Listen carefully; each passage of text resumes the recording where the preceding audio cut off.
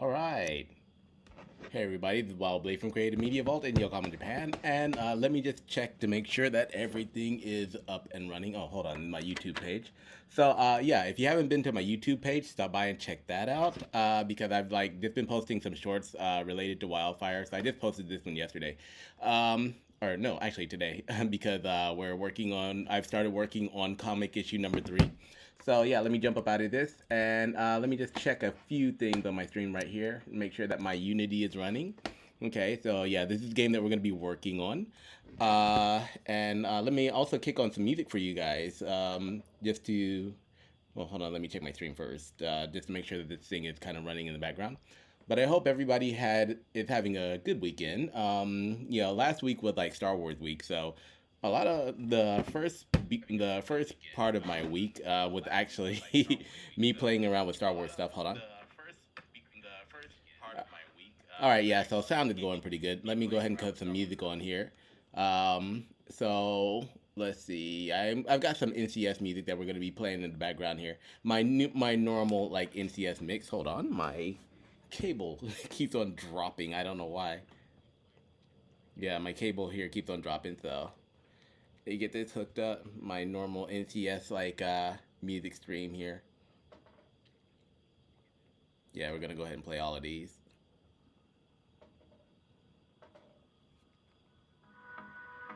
All right. So you guys can let me know if this music is too loud. I just got to make sure that it's not overrunning my stream. All right. So this is what we're going to be kind of like working on today.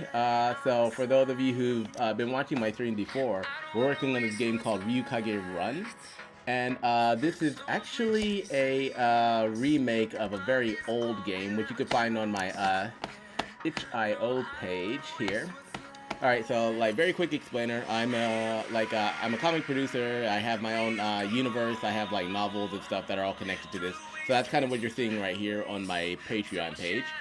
So the game that we're making is actually related to this comic series. And so we're basically rebuilding this old game called Ryukage Run here. All right. So this is the old version of the game, which we will be taking some elements from today, actually. So, but if you want to play the old version of the game that we're rebuilding right now, you can find that for free play on itch.io, and along with some of my other WildFIRE related games. So, what we're doing right now is what I'm doing is basically I'm kind of running a parallel. So I'm actually working on the comics, continuing the comic series. So issue number 1 and issue number 2 have already been, completed.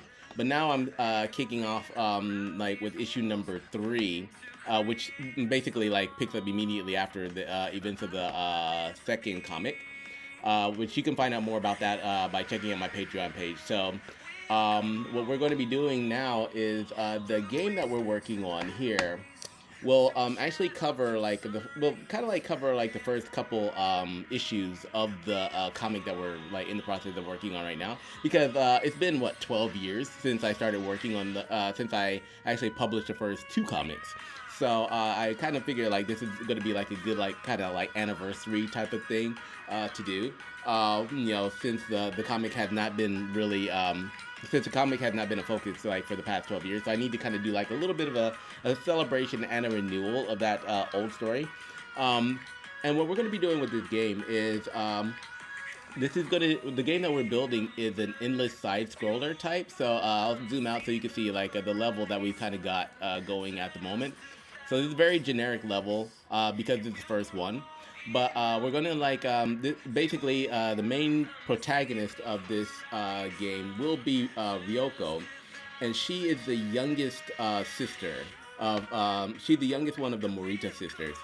And as we're building the game, you're going to learn more about the lore behind the comics and behind the entire WildFIRE expanded universe, because this is just the beginning of the story. So the new blood Ryu. Okay, so this story arc is how the Ryukage clans begin, and she is one of the main characters. Her and her sisters are basically the main character of this storyline. And then later there's going to be a huge time skip and it's going to go from all of this storyline is taking place in Edo period Japan. But what's going to happen is like after like this comic series ends, there's going to be a couple of huge time skips, and that's where we're going to start getting into like the main WildFIRE storyline, where you're going to be basically kind of introduced to their descendants, which you can find like here. Yeah, so these are some of their descendants, so you can check all of that out on Patreon as well. So we're basically building the first steps to get from samurai, ninjas, and demons to cyberpunk, space fights and mechs, right? And so like this is like the we're starting with the very beginning of the series, and just kind of working our way through. So these are kind of like the first steps. So what we're going to be doing today is we're going to be adding a few more characters to this game. Now, we're not really doing so much in the way of animation for this right now. I'm going to see if I can play this. Like during my last stream, whenever I tried to play the game, it would kind of slow down. It would slow down my stream, probably because of bandwidth. So like while I'm doing development, I'm probably not going to want to focus too much on, I'm going to try not to actually play the game so much, just for the sake of the stream.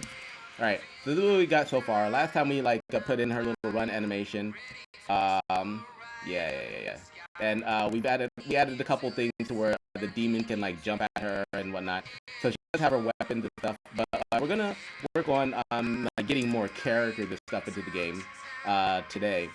So yeah, she can run, she can jump, she can slow herself down, which will be important for this game. So when you press forward on the keyboard, the fact like she's gonna accelerate, so she's gonna keep on picking up speed, but you can slow her down in case there's obstacles and stuff in the way. And let's see, who do we have for weapons? What do we have for weapons? Okay, so we got Fujiko here, and this is the second oldest sister. So she's like, we'll be animating all of these characters. So like I explained, oh yeah, we gotta do something about that checkpoint too. So as I explained in the previous stream, I was gonna have it to where you actually have to switch between each of the 6 sisters in order to like clear levels and stuff, because each of them would have different powers. However, I've decided to just keep Ryoko as the main character because she is basically the main focus. Like the main focus of the first comic series. A lot of the story will kind of be not necessarily told from her perspective, because each of the characters is equally as important. But since she's the first one, that the first sister to encounter a demon and actually slay one. Her storyline does carry a lot of weight. Oh shoot! Oh no! She's gonna fall. Bye, Ryoko. I love you. All right. Anyway. So anyway, like yeah, I think I'm gonna go ahead and stop it here. Yeah. So yeah. So instead of like switching between each of the sisters, we're just gonna have it to where like all of the other characters are support characters. So that's what we're gonna be adding here today. All right. So in order to work with that, we're going to go into our player temp, which is over here, and let's see who we've got so far. So during the last stream, I was in the player temp. This is our player that we've got on the level so far, and we have this is actually Ryoko's sprite. So this is the main character that we're going to be using. And as we're playing this game, you're going to get to see Ryoko kind of grow up. So she is going to start leveling up. Right now in the game, she's 10 years old at this time when the first demon, shows up and starts attacking her family, right? So she's 10 years old. By the end of this game, she'll probably be about like maybe 15. I'm thinking about maybe like stopping after the first, maybe after they encounter the second or third demon. Yeah, I'm not really sure how long I'm going to take it, but the comic series, I'm looking at a 26-issue comic series, and in the comic series, we're basically going to be going from like the time that she's 10 until all of the girls basically have their own children. So we'll get to see all of them grow up. They're gonna like learn about their powers. They're gonna learn who they are. They're gonna learn about their powers. They're going to grow up. They're going to like fight demons. They're going to have children of their own. And you know, then after that, you know, once the series ends, we'll actually that's where the actual Ryukage clans will begin, right? And then after what happens, then there's going to be a big time skip, and that time skip is going to carry us over into like WildFIRE, the first novel, WildFIRE, Book 1, Volume 1. And that's where you get to see the continuation of like the bloodlines of these people that we're putting into the game. So it's actually pretty cool. And this is not the Ryukage is not the main storyline. WildFIRE is the main storyline. So everything that the comics and the video game that we're working on are actually prequels to the main storyline. And I've already got a book on that. You can I've already got a published novel for that, which you can find on Gumroad right here. So we're building the game for these two comics, and these two comics are a prequel to this book, right? So this whole comic series is a prequel to this book, which is 504 pages, and that's where we're meeting the descendants of the OG Ryukage, the people that we're putting into this game. So you can actually read the first two comics for free on Gumroad, and then like if you want to know what happens after the series, if you kind of want to skip ahead, you know, you can actually download the full Book 1 Ryukage WildFIRE Legend of Ryukage novel, and that will take you into like a lot of the cool stuff where you're meeting like you know, the characters that will, you know, you're meeting these characters like the descendants. I'm not gonna play this video because it could be like too loud. But you can, you know, check this out on my Patreon as well. So yeah, there's a lot of stuff that's kind of like being set up for this. So I'm working on the comics, and I'm working on the video game. And so like what we're going to be doing today, actually, I think we're going to put this character in here. So spoiler alert, Megumi doesn't make it. Just in case you're wondering who the dead girl is on the floor, that is their mother. This is Ryoko's mother. And this is not really a spoiler because it's already like, if you've read the comics, like issue number 1 and issue number 2, this is the last page of issue number 2. And so issue number 3 will pick up with the events that happen after this, after Megumi's sacrifice, right? But in the video game, we're just starting with the very beginning of it, where like the demon just kind of shows up. You know, so this thing is just blown apart a mountain. This demon is just like blown up a mountain, and it's basically like done some damage to like her father and her father's 2 friends. And like during the chaos, like her father is just like, Ryoko, run, and that's kind of what she's doing, and that's what we're picking up because this guy is out to get her. So with the first level of the game, like realistically, Ryoko is she's gonna have like a few weapons. So she's gonna have her bow and arrow, but she is not going to like really have so many support characters. However, we are going to go ahead and add her other support characters to the game, and I'll need your input as for like the kind of powers and weapons that you guys think that she should have. So I'm gonna put that out on my Patreon. Put like a poll on my Patreon, and you know, see what weapons and like what abilities we should give the characters in these games, because they're like, a lot of them are elemental based.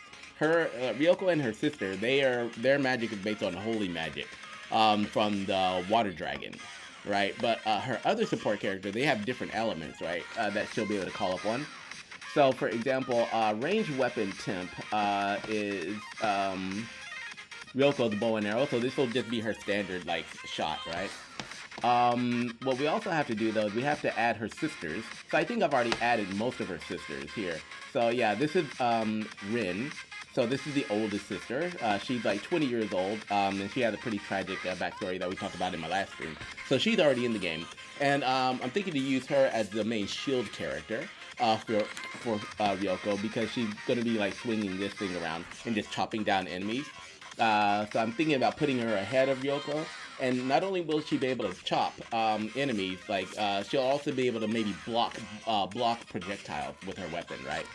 So that's the oldest sister, Rin. This is the second sister you just saw, Fujiko. She's the poison expert of the group. And she throws kunai, so she'll have like a spread attack ability, which we've just seen in the game. After Fujiko, we're gonna like deal with Saya. Saya, she's the main swordsman of the group, or the swords girl of the group, right? So her main weapon is the katana. So like if we're gonna have Rin, who is like who is like the main shield, we got to think of what we're going to do with Saya and what kind of attack she's going to have. It should be blade based, so kind of got to think of that one. So maybe for Rin, we just have Rin twirling her naginata and like blocking projectiles, like, you know. But for Saya, we might want to have her like doing a slash that goes across the screen. So I'll leave that up to you guys. Tomoka. The next sister, the fourth sister, is Tomoka, and she's got like she's not only the rifle expert of the group, she's their kind of their armorer. And like I'm thinking to have her like throw a bomb backwards to like, you know, kind of hit this demon dog right here. You know, maybe to do some damage and blast him backwards. So maybe while she's running, she'll like be shooting. She'll take a couple shots, then she'll turn around and like throw a bomb to like hit whatever's chasing her sister and knock it back a couple frames. Then after Tomoka, I've got like Masami. She's the fifth youngest girl. And realistically, Masami, she carries Kusarigama, but I'm thinking like we could use like maybe that as an attack to like maybe slow enemies. She's actually the charm specialist though in the group, so she learns how later. Now at the beginning of the story, like they're all basically just scared little girls. I mean, this is like like all of them huddled around their mother right now, you know, after. So Masami, she's only like Ryoko is like 10 years old when the first demon attacks. Here she's like 12 years old, so it's been like 2 years since the first demon attack. And this is Masami. So Masami is actually 1 year older than Ryoko. And also right now, like in the comics, they have no idea about their powers or anything at the moment. So they're going to start like learning about their powers in issue number 3, or learning who they really are and who their mother was in issue number 3. So at this point in the video game, like you know, we're just kind of programming the move that they will have later, that Ryoko will be able to call upon later when she is like doing her as she starts getting older and more powerful. But right now, like she's only gonna have her basic bow and arrow in the first like level. But we're going ahead and programming everything so that we'll know what to so we can kind of like flesh out what the characters are going to be able to do later. All right, so for Masami, since she's the charm specialist and like one of the main magic casters of the group, later we might have her like you know, be able to like, I don't know, do some traps or like some spell binds or something like that on enemies. All right, so these are like the main summons that we have in the game so far. So we got we basically got all of the girls, the older sisters, and you know, all of Ryoko's older sisters. So what we're going to do today is we're going to add a couple more characters and go ahead and start prepping them. So the next one that we're going to do is I'm going to copy and I'm going to paste Masami here. So the way that this is set up in the game is we have our player temp, which is Ryoko, and inside of this player temp we have all of these like weapons that can be called using different buttons on the keyboard. So like for Tomoka, we have our cards. I'll show you those in a little bit. Yeah, I'll show you those now. So if you'll notice, we have these like little different color cards on the screen. These are actually from the template game that we're building this on. So we're not coding this game from scratch. We are using a template, and that template is this one right here. So this is like my Spirits of the Lost Winds game. So we're actually using this game, which is a top-down omnidirectional shooter, based on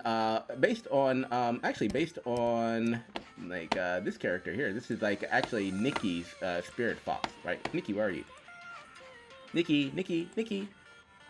Nicole Imamura, get your butt out here.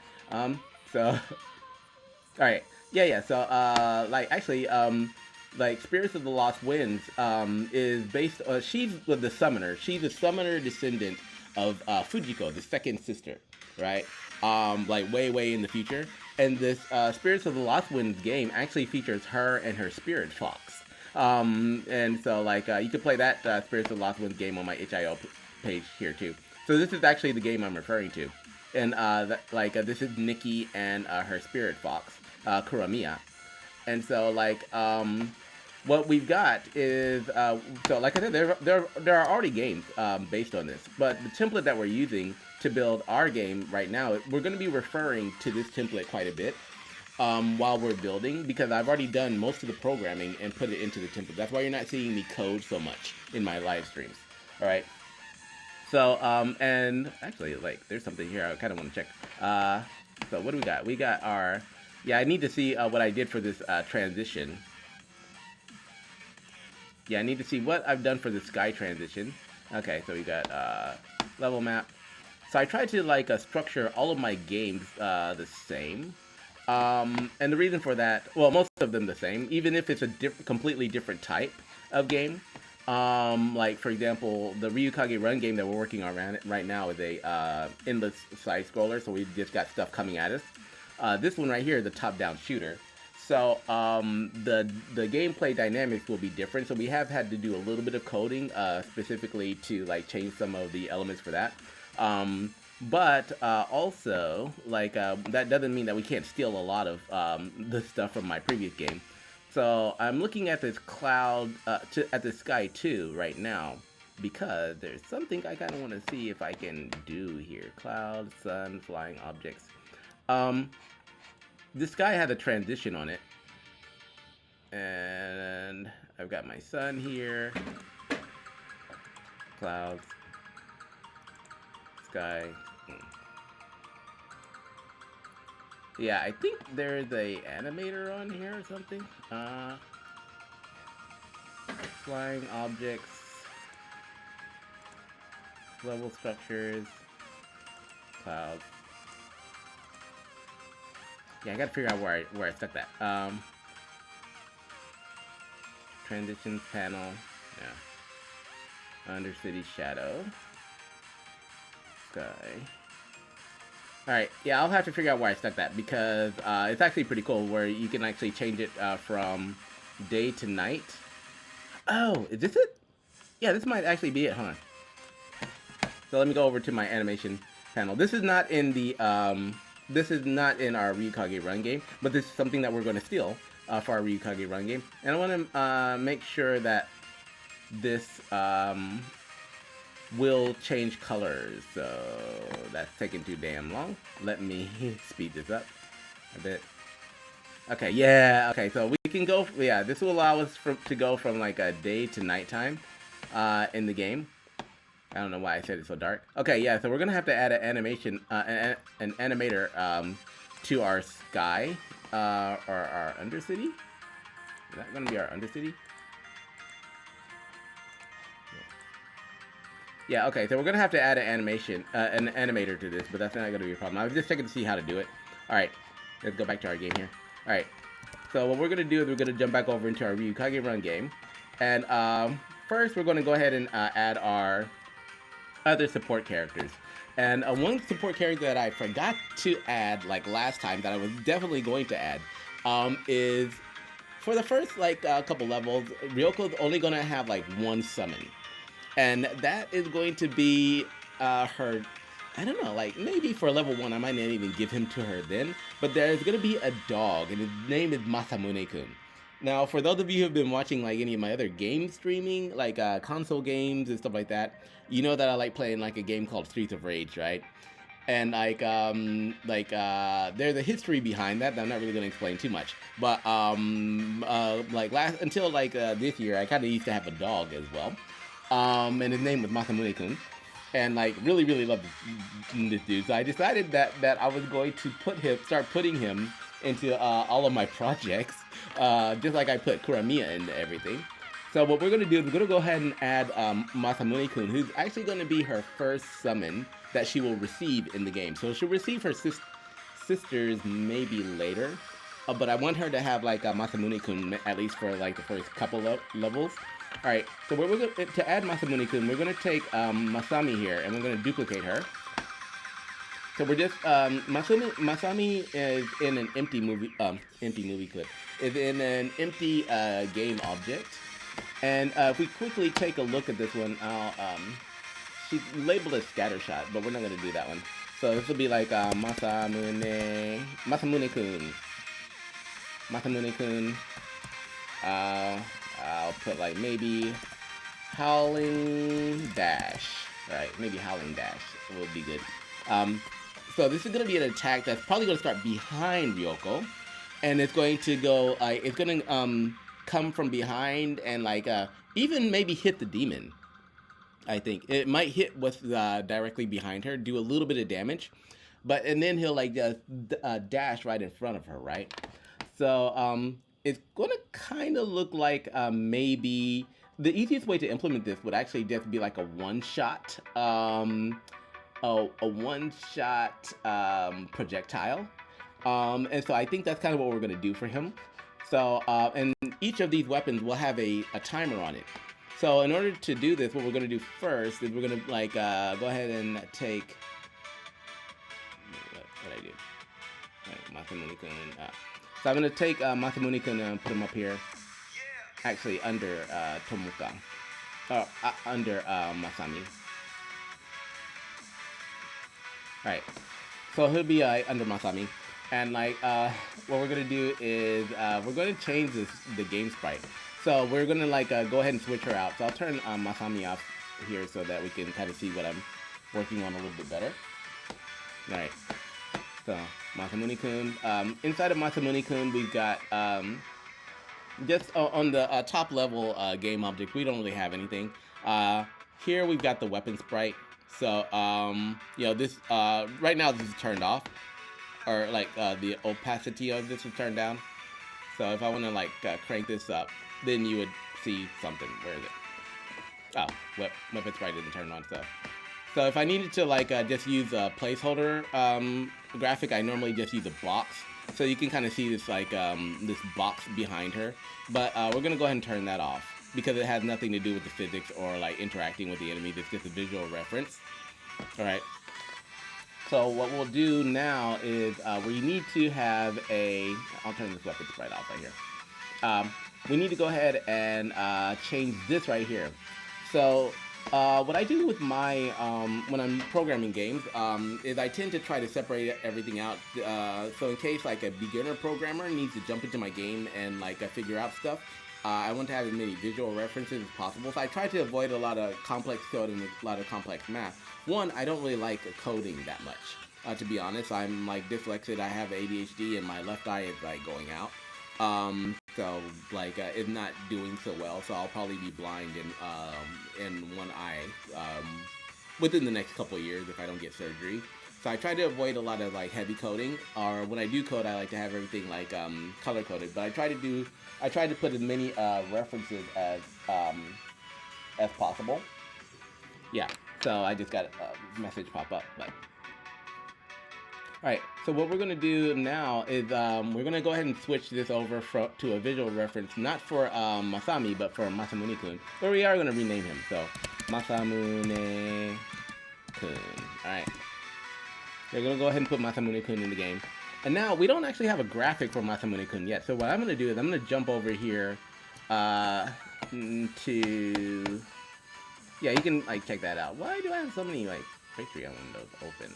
Every time I click on this thing, it opens up a new window? Okay, that ain't good. Alright. So, yeah, like, if you'd like to know more about the lore and the characters and stuff that we're working on, this is a huge storyline that has multiple story arcs, so definitely check out my Patreon and become a free member, because that's where we're going to find out, you know, character sheets and stuff like that. And you can, like, get the comics. You can also, like, support me by buying me a coffee. Just lost my daytime job due to this stupid war in Iran. And I worked in the import-export industry, so that's why you're seeing me stream so much, because I've got to find another job or like build this up. But you know, so if you would like to know more about the characters in the game, I got like a character profile, then like a lot of lore and a lot of like videos on my Patreon that you can check out. And I would appreciate any support that you can give. But in the meantime, since we don't have a graphic for Masamune-kun yet, I'm going to go ahead and jump over to my other account. And you can also check out my YouTube page. But I'm going to jump into Canva over here. So I do use Canva quite a bit. Usually when you're doing a game, you want to kind of like put all your sprites on a sprite sheet. You know, so you just want to do all your artwork, put it on a sprite sheet or multiple sprite sheets, and use that as the reference to save space. But since I'm doing like tutorial on Twitch, I'm not actually creating sprite sheets yet. So what I'm gonna do is I'm gonna go ahead and go to some of my uploads, and this is gonna be Masamune-kun, right? So Masamune-kun is a cute little fluffy Pomeranian. Well, not little so much. He's like he's 11 years old now. So I'm gonna take the pieces that I don't need, and we're just gonna crop this image. So this is something that I already put in into Canva because I have like a lot of files and like client stuff that I'm trying to avoid people seeing on my streams. So, all right, so we're gonna take this and we're going to go in Canva and we're gonna use the background remover. Now, what this is gonna be is this is just gonna be a placeholder image. Of course, we're not gonna be yeah, we're not going to be realistically using him as is here. He's actually going to be running across the screen. But what we need to do right now is we just need to get the visual references in for everything. All right, I guess I can make him a little. He is fluffy. I mean, like that boy, like for a Pomeranian, that dude's like 11 kilos. So yeah, so yeah, he's a pretty big boy. All right. Alright, so yeah, we're gonna go ahead and use this. So this is like 98. You're like wondering, 98 pages of what in Canva? Shut up. Like, I'll let you guys know later. I've been busy. Alright, and there's some stuff up here that I don't want to show you guys yet. Alright, so I'm gonna go ahead and share just this particular image. I'm gonna share it as a PNG. And then go to like current page only, yes. Alright, and I'm going to put a transparent background on this for right now. So, I kind of stopped using Adobe because I got tired of paying, like, for expensive monthly. I've been paying for that for, like, almost 20 years. Well, ever since they decided to go to a subscription service, I've been paying. I was on Adobe when it was, like, Macromedia Flash. You know, I'm old. But, you know, it's just gotten, like, ridiculous, like, waking up and having to pay, like, constantly pay for that. So, alright. So, I've stopped using that and started using Canva a lot more. Let me see. Oh, we're also going to put her in the game. So, this is Megumi. So that was who we were, like, looking at. Hold on. That's who we were looking at, here. So, that's, the mother. This is, well, the dead lady on the floor. So, okay, like, so we're going to put Masamune-kun in first, and then I think we're going to put Megumi in. The reason why Megumi is on the floor, like, she sacrificed herself at the end of, like, issue number 2 for certain reasons, which I want you to read about it in the comic. I'm not going to give you everything for free on stream. But, so I want you to check that out and, you know, see if you can figure out what's going on with her. Hold on. Let me make sure that everything is working sound-wise. Hold on, I've got that plugged in here. Yeah, let me see if you guys can hear me.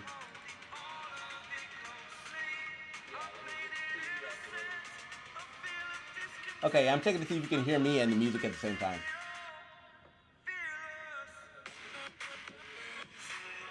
Okay, yeah, that should be good. Alright, cool. So, like, anyways, like, Megumi, she's, like, managed to, like, sacrifice herself. Now, one little thing I will give you is, like, in issue number 1 and 2 of the comic, her hair is black. The reason her hair is black, at this time, she's about, like, 61 years old. Or, no, she would be about, like, 60 years old, when the first demon attacks, right? Megumi has no idea who she actually is, though. So we're going to come back to that later, and then I'll explain why her hair looks different. Will look different in the game, right?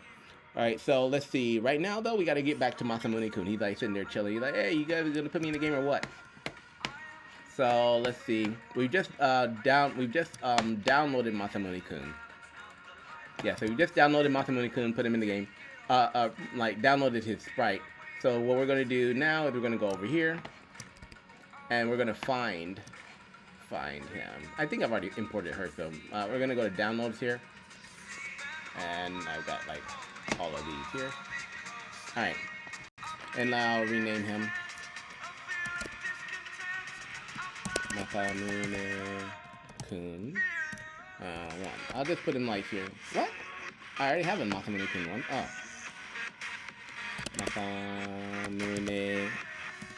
Masamune-kun. Masamune-kun, Sprite 1. Alright, we're going to take Masamune-kun Sprite 1, and we are going to jump over here to Unity, and we're going to go ahead and drop him in here. And I'll be looking for my Sprites folder, my Ryukage Run Sprites folder. Alright, and so now we're just going to go ahead and switch this out to Masamune. Alright, there you go. Yeah, you fat boy. Alright, so we have our dog up in here, our Masamune-kun up in here. Now, realistically, what I'm probably going to wind up doing is I'm probably going to wind up turning him into a projectile. Because Masamune-kun will be the projectile, right? So I'm just putting him here as a physical reference right now. But what we're going to need to do, really, is we're going to need to open up his weapon sprite. So, or open up a weapon sprite for him. Now, right now, if we go to Ryoko's ranged weapon, we'll notice that there is a weapon center, right? And that weapon center, that ranged weapon is right here.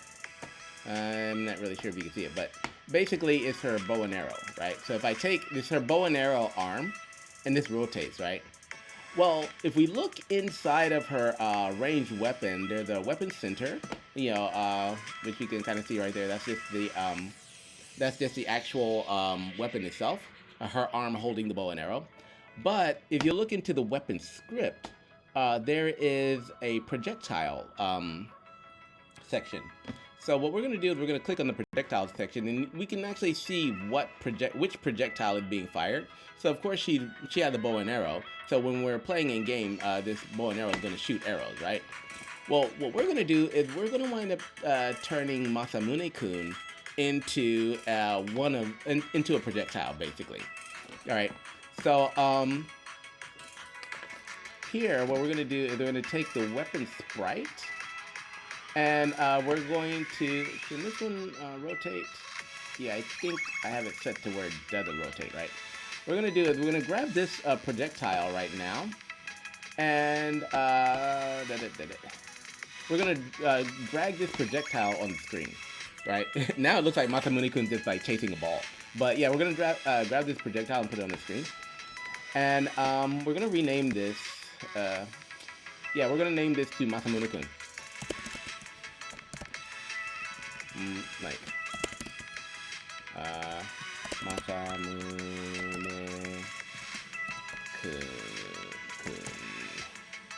And I'll put this as projectile, yeah. So this will be a Masamune-kun projectile. And then what we're going to do is we're going to jump in here, and we are going to change the graphic of this to Masamune-kun. Boom. Right? Now, Masamune-kun's like here, and he's looking a little bit blue, and that's not what we want. So we don't want him looking like he's seasick or anything like that. So I'm gonna turn this off. And the reason it looks seasick is because we have a default color on this. All right, so I'm just gonna like smooth that and like make that pure white to where it's like his normal color. And let's see, there are other things that we're gonna set in here. But first, we're going to increase Masamune-kun projectile size. Okay, and we want him to be smaller than Ryoko.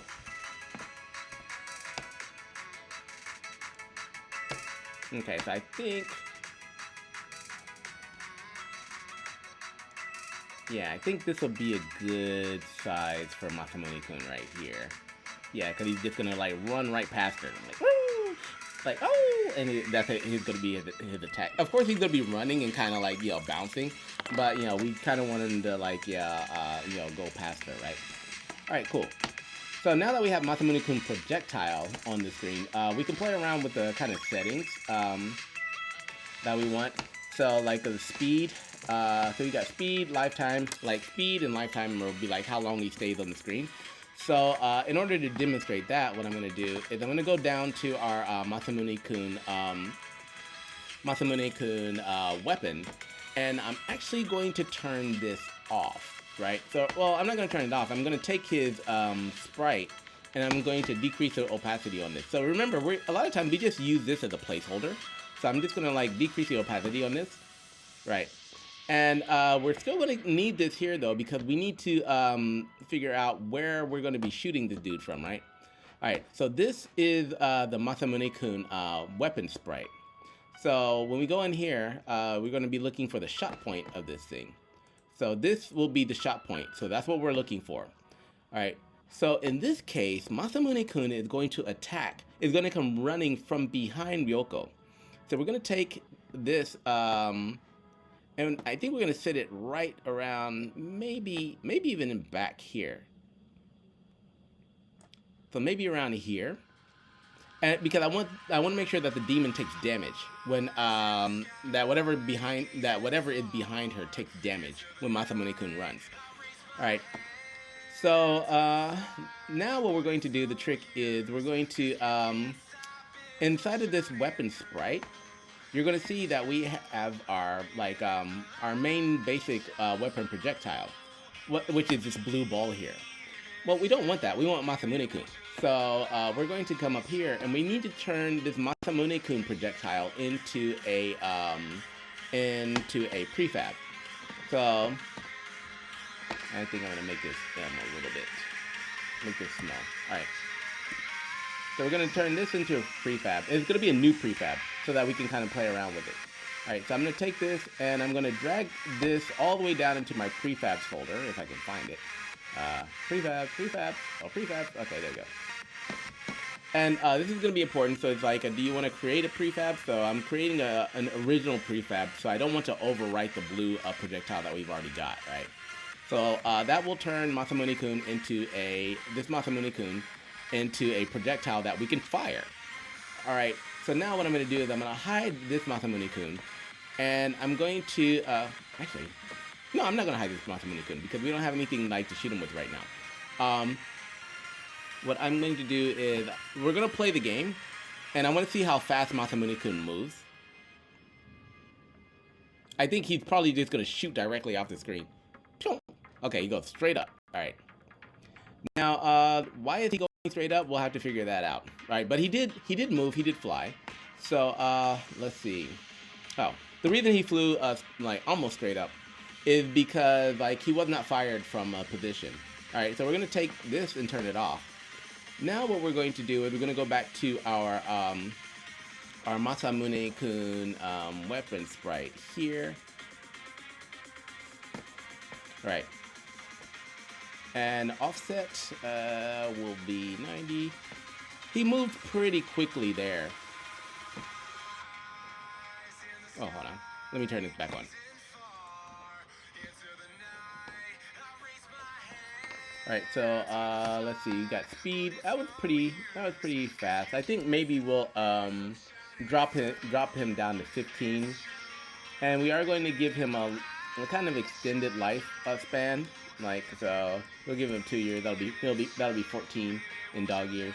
And we want to make sure that he can go kind of all the way across the screen too. So I think I'll set that for a 3. Damage, Masamune-kun is going to do about like maybe 5, I think. Now I do have homing,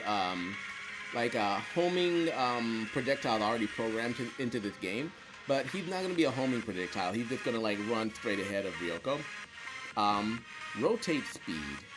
I don't think I'm going to have him like rotating in the air or anything. Like, so that would be like if you're like throwing shurikens or something like that. So I have that programmed into this script as well, my projectile script. So, and like I said, all of this comes standard in the template that we're using right now, which is like our Spirits of the Lost Winds game. So, you know, that's, so if we want him to rotate in the air, then that's what this is for. Right now, I think we're going to go ahead and set this to 0 because we don't want our dog flipping unnecessarily. All right. So now we're going to like test again.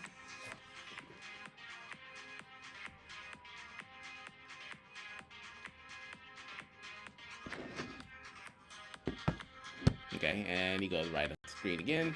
All right, now he isn't being called by anything at the moment, but that was a little bit fast. That was a little bit slower, so we do want him to move at a steady pace.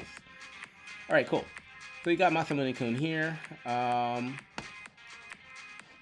now, I think I can go ahead and go to overrides, and I'm going to apply all to make sure that that is like make sure that these settings are applied to all of the future projectiles of Masamune-kun that will be coming out. All right, and so now I think we can turn this Masamune-kun off, and we can go back down here to focus on his actual weapon. So the Masamune-kun howling dash, and I'll be weapon sprite. Now we're gonna look at the weapon scripts. So projectiles will be projectile temp. We're gonna change that. We're going to change this to Masamune-kun. Yeah. Okay, so we're gonna put our dog up in here. We've got our shot point. So our shot point is located all the way back here. Let's go ahead and find that. Yeah, so it should be right here. Yeah, there's our shot point. All right. And then, like for our, so that's where the shot point is where Masamune-kun will originate from when fired. Now what we're going to do is, let's see, we've got time between shots. So this is very important because Masamune-kun should be like a one-shot, like kind of like a one-shot dog, basically. For the purpose of testing, we're going to like maybe put like a 2-second delay, but realistically what I'd do is I'd like, if I wanted to only shoot one time and I don't want to create like a whole other code, is I just put like 1,000 seconds after, because each weapon will have a cooldown time, right? So I would just put that as like, you know, okay, well he can actually just be shot one time. So he's just going to run across the screen one time, do a lot of damage to enemies, and then he's going to disappear, and he can't be fired again. So it's not like he's going to be able to do repeats. Alright, so, but for right now, we kind of want him to do repeats for testing, so we're going to put that here. Alright. Alright, cool. So this is Masamune-kun. So now, what we have to do is... So right now we're going to have a problem because of the fact that I actually have two characters or two summons on the same button. So as I mentioned before, there are cards in this game. So there's cards that Ryoko will pick up, and these are her weapon cards. And each weapon card can be fired by using, each summon can be called by using like Q, W, like some keys on the keyboard basically, right? But right now we have like two keys that are going to kind of be using the same one. So what I'm going to do is I'm going to have to go to Ryoko, and I'm going to have to go into her player temp. And then we're going to have to decide which, yeah, we're going to have to decide which weapon we want to use for which key.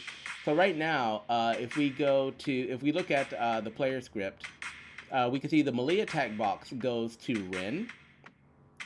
Ooh, I might want to switch Masamune-kun out for that one, actually. So we have like Ren, and Ren's attack would come on the W, or sorry, on the Y key. Yeah, so let me show you what that looks like very quickly.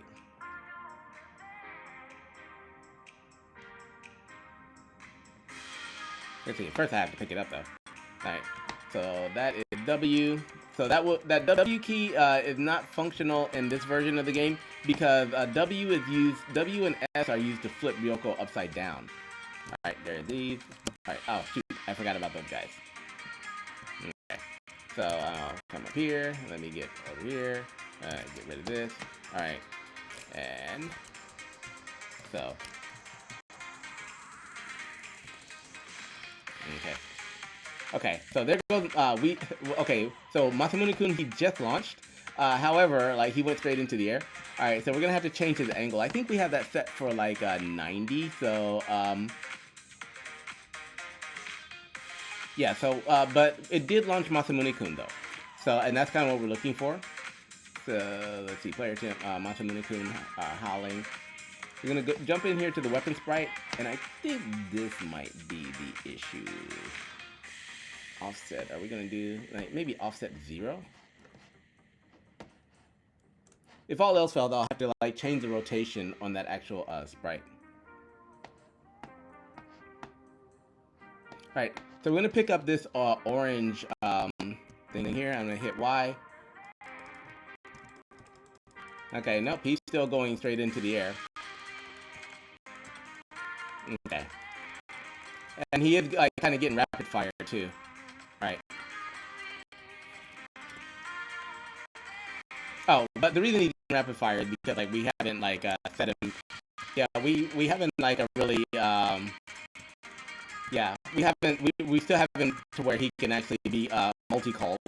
Yeah, there you go though. Like Masamune-kun's like in the back, just like he's still doing his job. He's still dealing with that demon. I don't know how many points of damage he did to that. That black message that you keep on seeing on the screen, that's when you pick up a weapon card for the first time, that's going to pop up, and it's going to show the card that you picked up. That's what it does in my Spirits of the Lost Winds game. Yeah, so, you know, don't worry about that right now. What we need to do is we need to go ahead and rotate this, though. So, projectile. So right now he's just like firing vertical. Let's see, rotation. I think we're rotating this, the weapon sprite. Yeah, we are rotating this weapon sprite. And the reason why we're rotating this weapon sprite is that is the first kunai from okay, that is the first kunai that that Fujiko throws. So I actually copied all of these girls. I just copied Fujiko for the other sisters. Alright, so actually for Masamune-kun, we're not going to use this one here. We're going to use, let's see, where are your other? So I'll turn all of these visible and you'll see what I'm talking about. Alright, so around, around Ryoko, you're going to see like this circle here. This is where all of the projectiles will be originating from, right? So what we did is we took the top one and we moved that in back. But actually Masamune-kun should probably come from... Yeah, Masamune-kun should come from this one, though.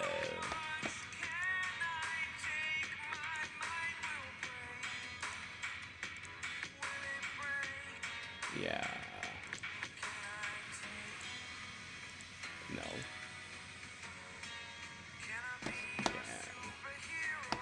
Okay, yeah, so Masamune-kun should come from this one. So we're going to change this projectile to Masamune-kun. Yeah, so what was happening is, like, Fujiko has a fan shot. And so, like, she throws 3 kunai. So she throws 1 up, 1 middle, and 1 down. So we selected the top one, and we just kind of put it in back. Yeah, and that's why he's flying off at an angle, because he's already angled for that direction. So, and he's just going right into the sky. We want him to go forward, so we're going to use this one instead. Okay, come here, Masa. Alright. Yeah, so this will be the projectile that we're going to be using here, and he should go straight from now on. And what we'll wind up doing is I'll move this. Yeah, I'll move this back, the shot point on this one. Yeah, I'll move this one back to where it belongs. Like, he's like, dude, you moved me out of my spot for no reason. Shut up. I know what I'm doing. Sometimes. Alright. Yeah, so that's where this one goes. Alright, so now, so realistically, using this method gives us the ability to actually create a circle of attacks around Ryoko or wherever we want to. All we have to do is just reposition these shot points, and the projectile will go wherever, like, the projectile should go in the direction that these things are, like, pointed in, right? So if I needed to have a circle of fire that shoots out, I could actually put, like, position these around Ryoko like this, and, like, it would, like, that would be her, her scatter shot. Yeah, her scatter shot, or fan shot. Yeah, her scatter shot, right? But since we don't need those right now, the only ones that we need active for Masamune-kun is just one. The one that we just this one right here. So I'm gonna turn the other ones off. All right, and this means that Masamune-kun should go forward now.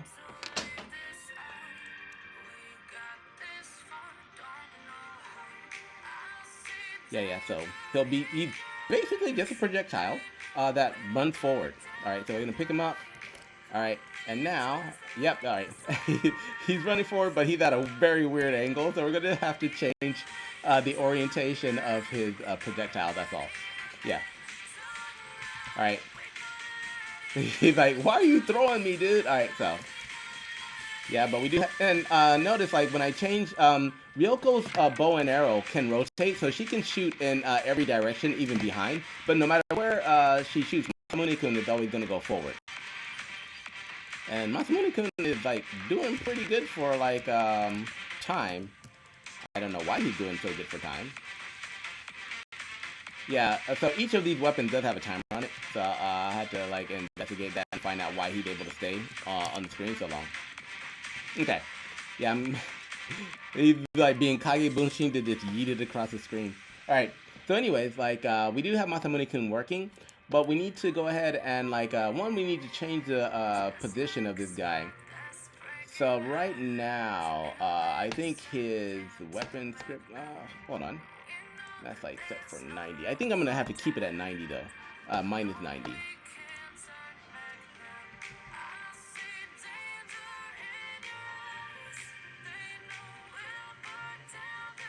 Okay, pick him up. Why? Okay, that didn't make a difference. Okay, yeah, I was just checking. Yeah, somebody just got hit by Masamune-kun though. Alright. Alright, so let's see. Oh, okay, I got multiple weapons activated right now, that's why. Alright, so I think I'm gonna switch this back to like minus 90 right now. And what we'll have to do is we'll have to like reorientate Masamune-kun himself. So basically, this looks like a problem, but it's not really so much of one. If we look at Masamune-kun right now, he's like facing forward, but this is a projectile. So when you're making projectiles in this version of Unity, actually you need to go ahead and you need to point them vertically. Otherwise, like they come out like looking all wonky. So what I'm gonna do is I'm just gonna turn Masamune-kun's take his orientation and turn him right around. So we're just gonna rotate the dude like 90 degrees and make him face up.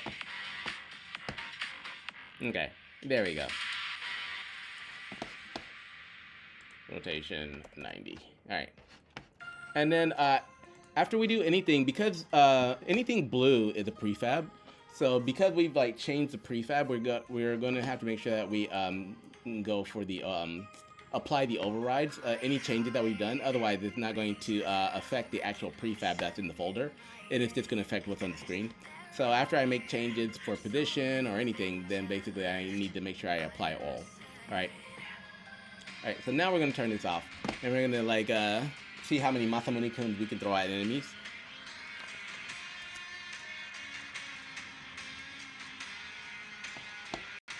Right. So now, what? Go. Why are you like still like leaning to the side? That should have applied. Give me a sec. What's going down here? All right. Masamune-kun, get over here.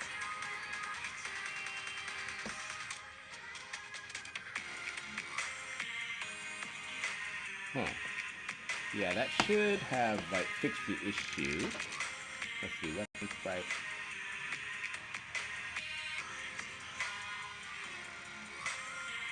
Weapon sprite. Alright, let me see. And this is, oh, okay. So this brings up a good point for like something I was talking about earlier. So if you'll notice right now, there's no visual reference for the actual weapon sprite. So we have the shot point, which we can like pinpoint, but we don't have the actual weapon sprite visible. So that's because this doesn't necessarily have a visible weapon. It's not like an actual gun or a sword or anything, right? So when you're doing your programming, like, or when I'm doing my programming, like I said, I like to have visual references for everything, even if I wind up hiding them later. So that's why this does have a sprite render on it. And like right now, we can't see which direction this weapon is actually facing. So that's the issue. That's probably why we're getting Masamune-kun fired, like from this angle, right? So what we need to do is I'll take this and I'll bump this up. Okay. So this gives us the actual orientation of the weapon. So there's this little pink square here that we're seeing. So we might need to play around with that and kind of rotate it here. All right.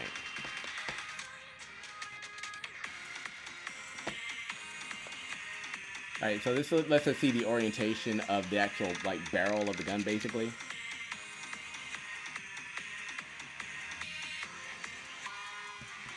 Oh, sorry, not something.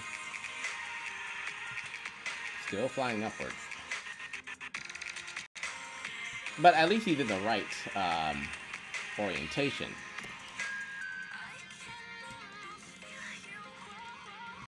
Okay. So now, what we need to do, he's firing this way.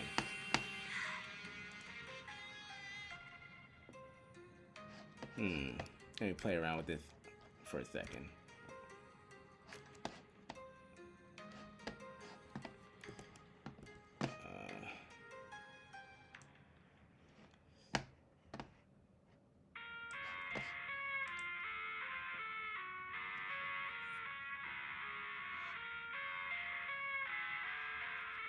Yeah, I programmed this a long time ago, so even I forget.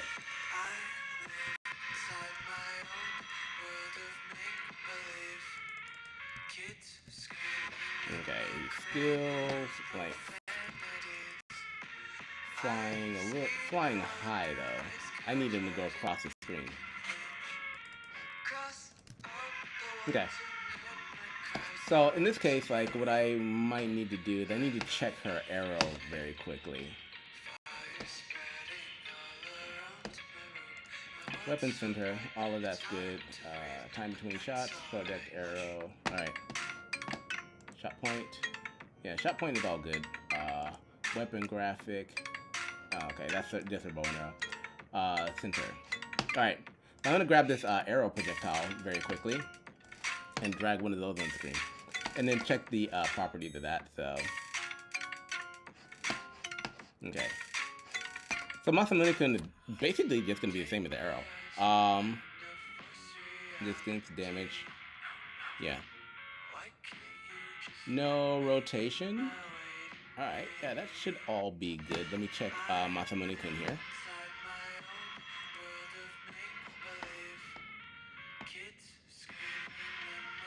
Rotate speed.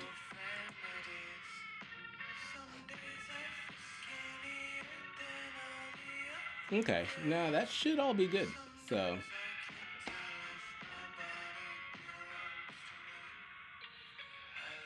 Okay, I'm a bit stuck here. Give me a second. I'm missing something, so.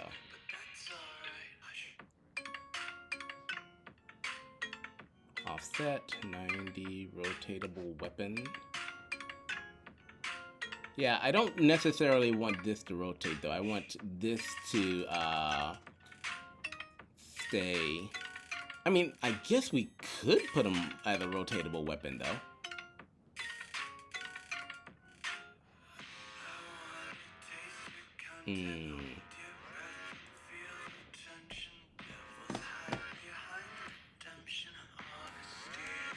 I mean, what I mean by rotatable is basically like she can like fire. That's why her bow and arrow can like fire forward or backwards.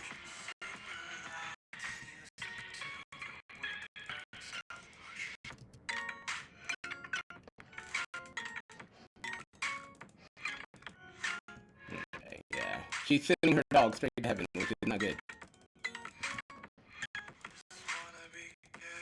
Oh, I'll need to increase the speed on him too, because like she can actually catch up to that. So if she runs faster, so.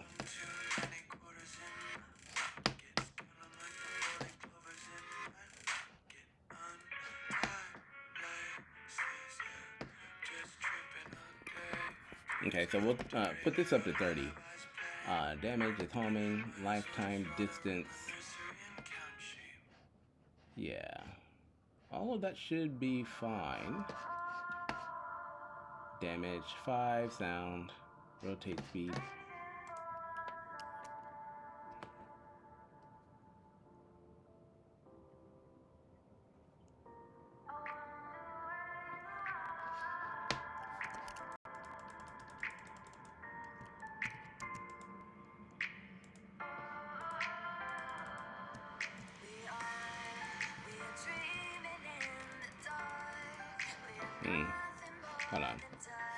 Let me do something very quickly. Turn this guy. Oh, I didn't apply those overrides, by the way.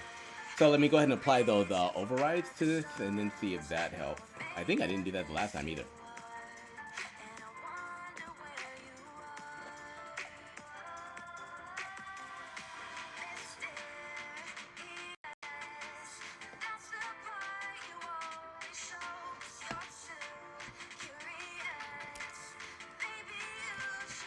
Yo, he's definitely moving off the screen faster.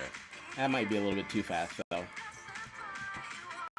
Alright, let me go ahead and like switch this back to for Masamune-kun I am gonna slow him down. I'll move him down to 25. For right now. Alright, and for this shot sprite, I think I'm gonna go ahead and rotate him back here.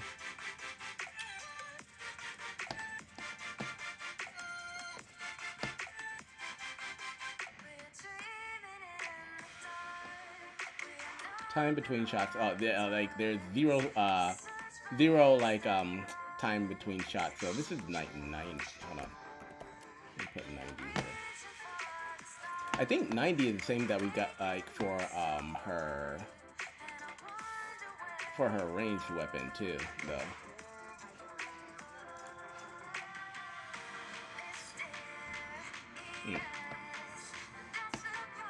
Okay.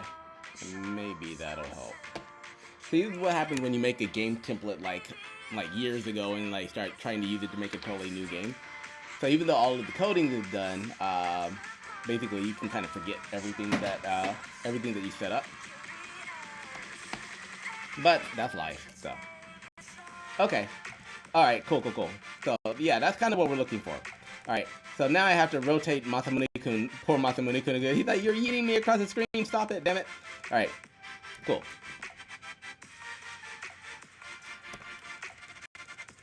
And that's why having like visual references, like in your empty game object, is so important. So if I hadn't like put this little pink square in here, I would have like absolutely no clue what I would which direction this guy is like kind of pointing in, right? All right, so we're gonna go back to Masamune-kun here, and we're going to rotate him back to the correct position, which should be around here, like 0. Go ahead and 0 that out. All right, and then we'll go ahead and override apply here. So we're working with two elements. We're working with the actual Masamune-kun projectile, and we're also working with the actual weapon, which does not rotate. I'll show you what rotate does if we switch it on later, or I'll switch it on later to show you exactly what it does.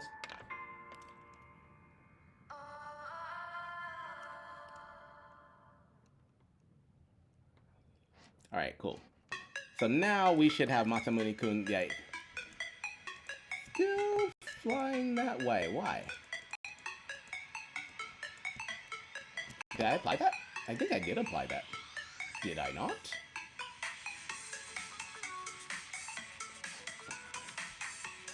On my side, did you get like your overrides applied? Okay.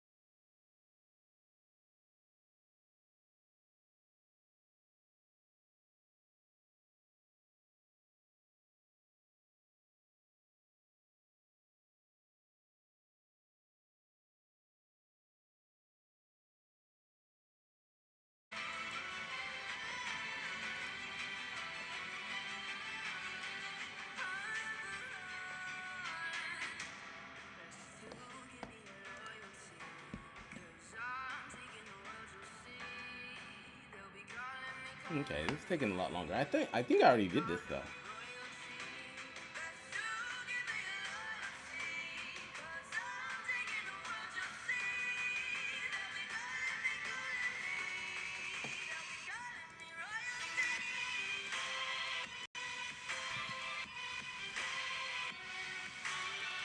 Why? Wait a minute.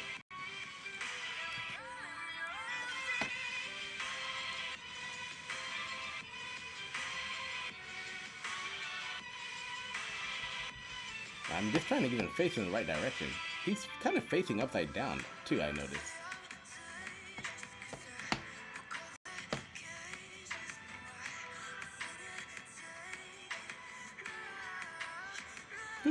Okay. Those changes did not take. Why? Yeah, I did the override, but it's not, yeah. Yeah, it's not applying them. Why?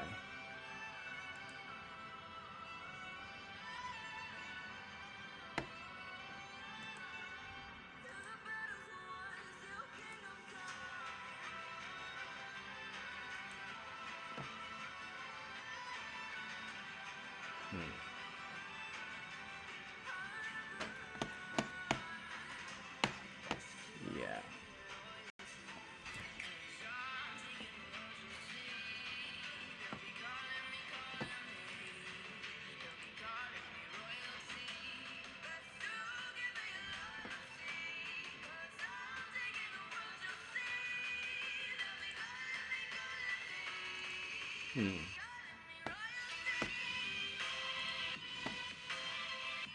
Yeah, for some reason the apply isn't taking on this.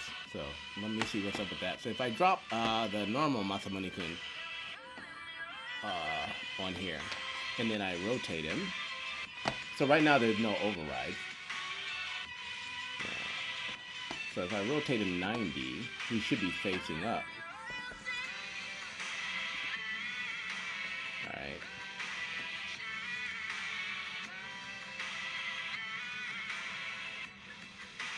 Ah, so it's not, okay. I found out what the problem is. I don't know why it's happening this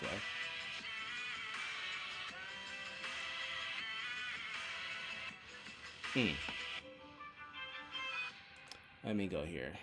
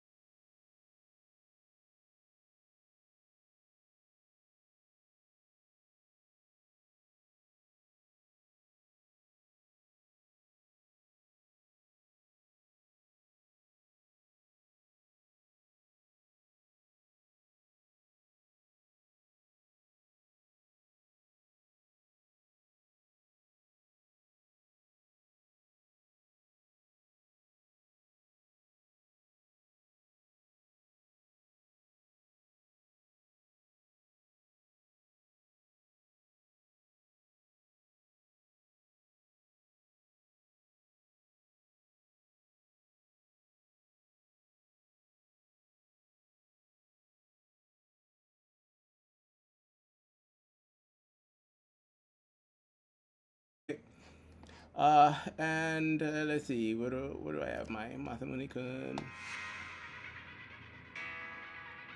Huh?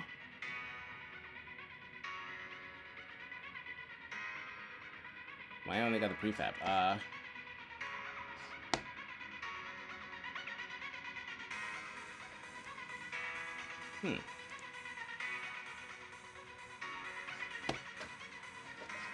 That is weird. I should be getting the actual graphic.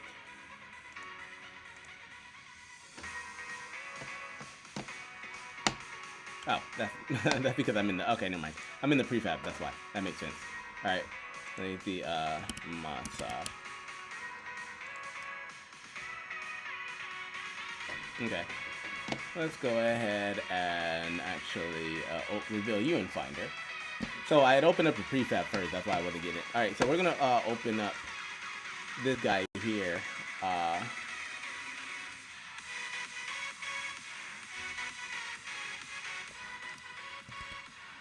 In a preview window. Yo, where's my preview window? Okay, there we go. Alright. And for tools, we're just going to go to rotate left. Alright. And we're going to save him here. Alright.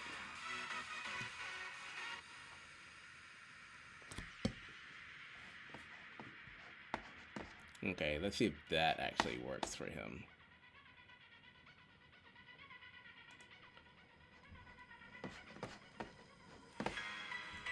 Yeah, so realistically, when you're doing your projectiles, they should all be facing upwards anyway.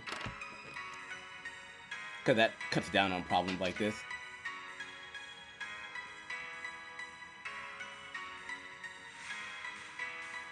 Alright, so hopefully... Okay, there we go. Now Masamune-kun is like going in front. Okay, good.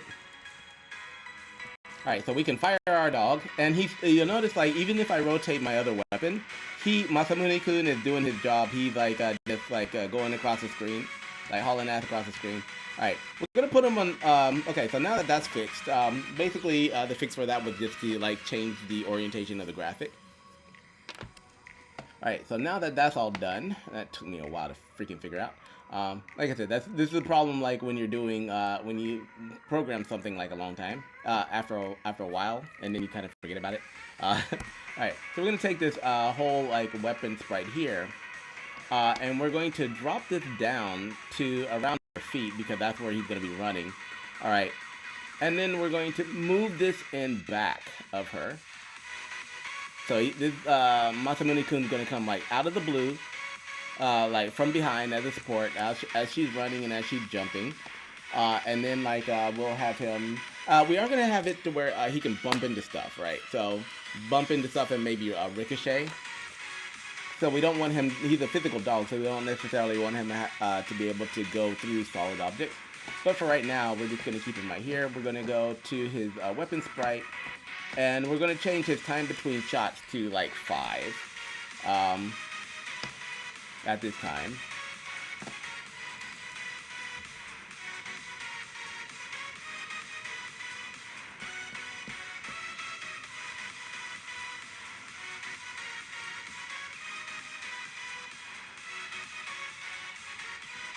Okay. Alright, so now she picks him up. And... what? Okay, there he goes. There goes one Masamune-kun. 2 Masamune-kuns. 3 Masamune-kuns. 4 Masamune-kuns. Alright, and 5 Masamune-kuns. So, like, well, I'm still able to spam Masamune-kun right now. So, right. And the reason I'm able to spam Masamune-kun at this time is because we're going to go back to the weapon sprite. Alright, so time between shots, that should be also 5, I think.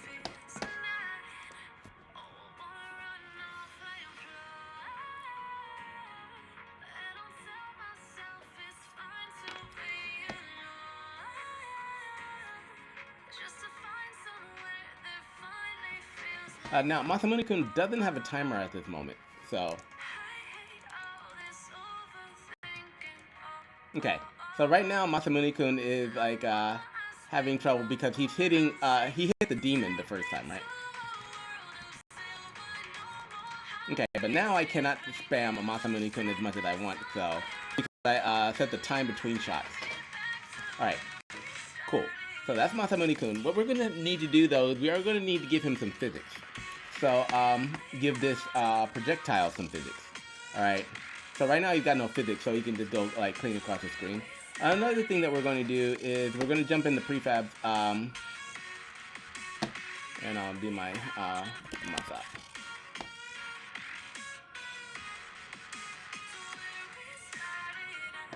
Where's my? Hold on. Let me jump back into our prefabs here.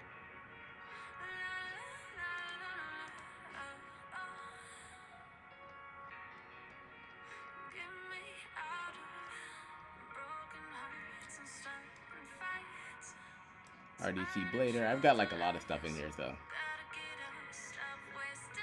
Okay. So we'll drag him up here. I think I am going to make him a bit bigger.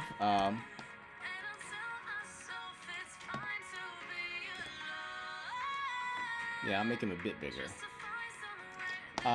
And for his projectile also, what's his speed?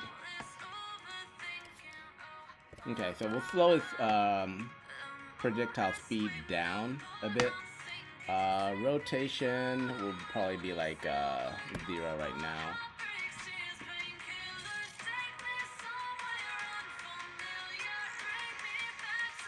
Okay, distance 3 sounds pretty good.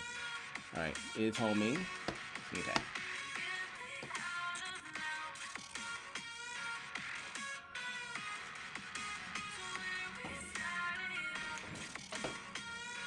Okay, so I wanted to move like slow enough to where we can kind of see him.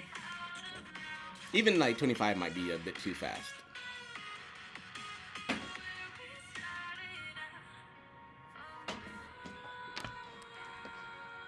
Okay.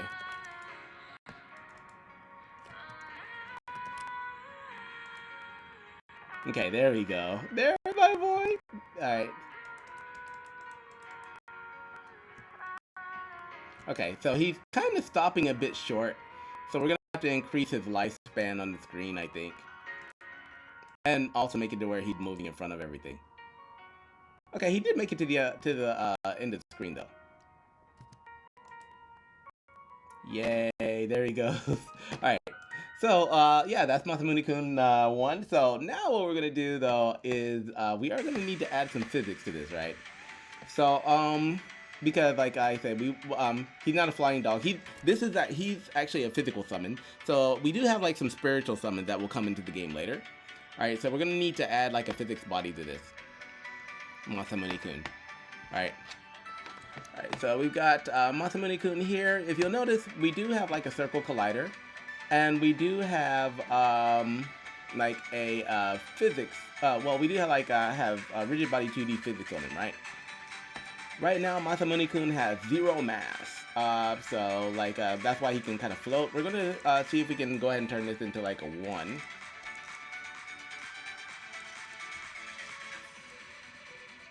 And oh, he's got 0 mass and he's got like no gravity.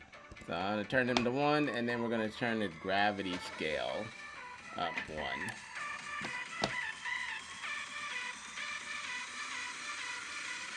Now, right now he's set for dynamic.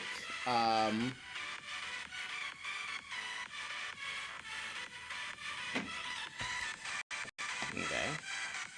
Oh shoot, I forgot to apply that.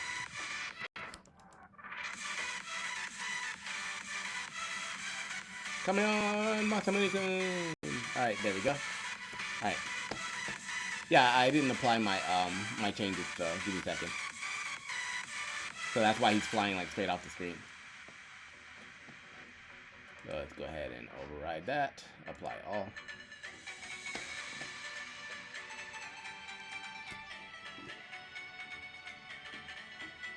So what we're going to need to do is, right now he's only got like a trigger collider.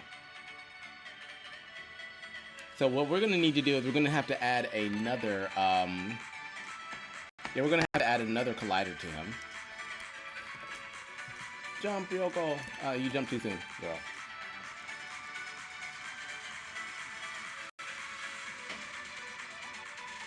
Okay, cool. So now we can see like Masamune-kun does like kind of fall off the screen.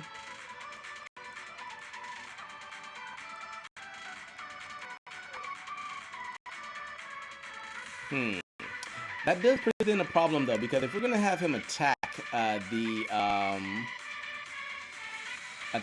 the enemy behind us, that means he's not gonna make it to the front of the screen most of the time. I didn't think of that. I could have it to where his physics body doesn't trigger until it hits this point. I might actually do that actually. So maybe behind here he can this guy can take damage, but once it hits this point, then it'll turn on his Oh no, sorry, run, girl, run, shoot. Yeah, that's a warning signal. Fortunately, I turned the damage off of that thing, but sometimes I forget about it when I'm talking.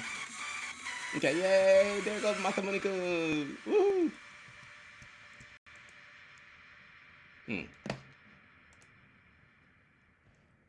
Alright. Yeah, so do I really want... Yeah, I do want him to be able to do, like, some damage to the demon in the back. So maybe when he hits that red wall, that's when his actual physics body will cut on. Okay, and I haven't saved this game yet, so let me go ahead and save this. But either way, we are running into a problem to where, like, Masamune-kun is actually going through the level, so that's not what we want. So we're going to have to add something else to this projectile, Masamune-kun projectile, and that will be another physics body. So I'm going to create a... Oh, actually, I already have a physics body on this. Ah! Yeah, I tend to do that with all of my projectiles, so I'll actually add physics bodies to them. Alright. Let's see if that works. So now I have like 2 physics bodies. One is actually just a trigger. Yeah, so one is just a trigger, and the other one's the actual physical body that can interact with the environment. Okay. Go, jump. Okay, whoa. Okay.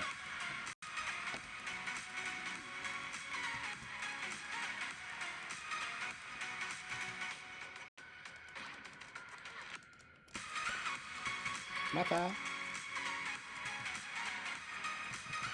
Ooh, you barely made that one, girl. Okay. So he does like have like some physics going on here. Huh. Alright, so let's see what we've got.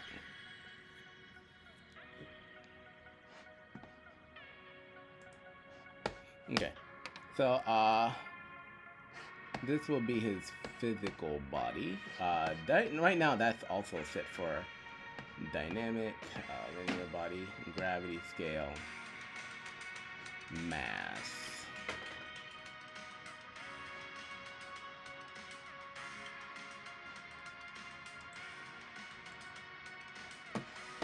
If I set this to kinematic, this should just drop right off the screen, I think. I'm getting kind of hungry.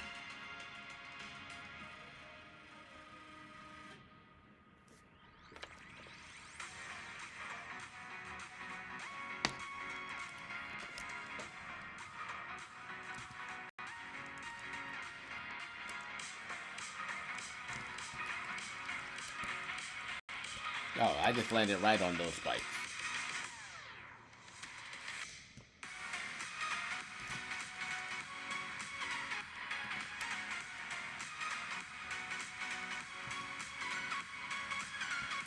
You are getting way too close. Mata, attack him.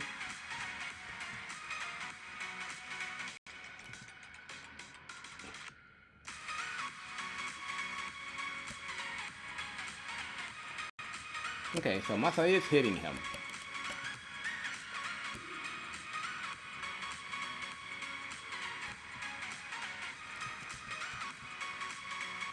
Okay, and this guy is like taking some damage from my dog, so.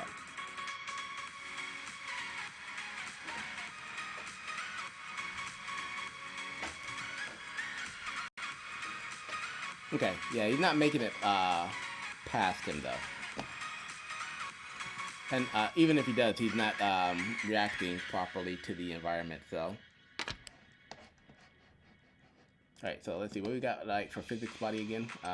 Set that for...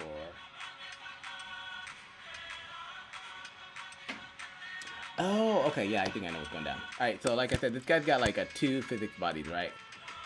So this one is...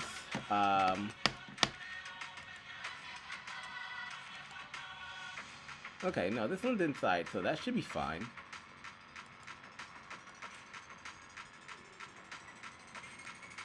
Oh, never mind. No, that should be the trigger outside.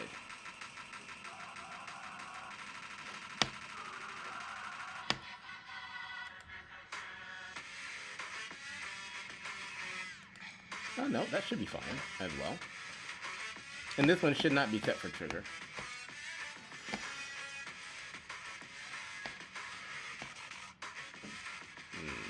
Collision detection. Continuous.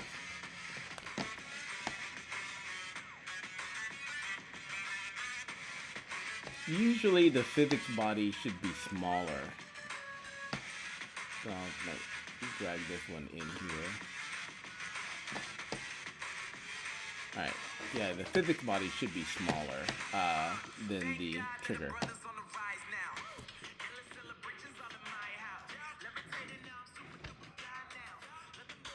Alright. So, like, oh, my cable keeps on falling out here. Sorry, guys.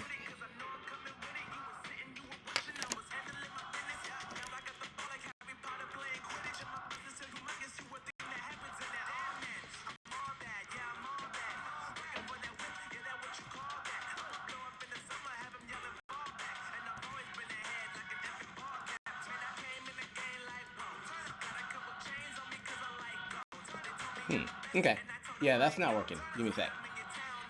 What I'm gonna do though is I'm gonna go ahead and put the shot point. Yeah, I'm gonna put the shot point a little bit forward. So we're gonna worry about like having him attack this guy later.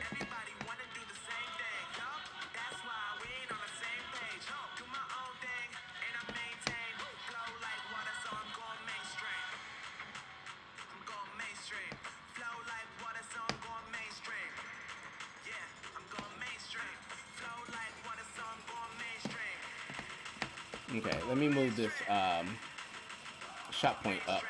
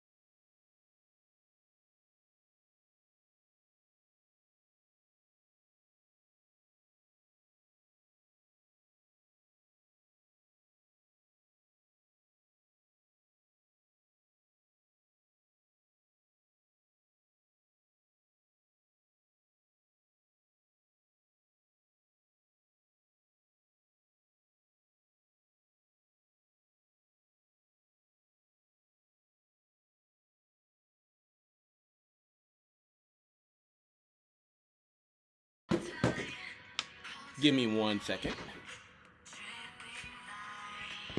I gotta go see. Here's somebody outside, so I'll be right back.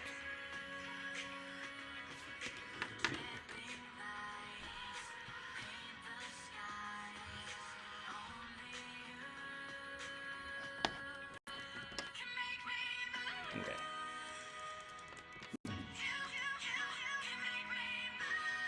Okay, that works. I want to make sure that he doesn't rotate though.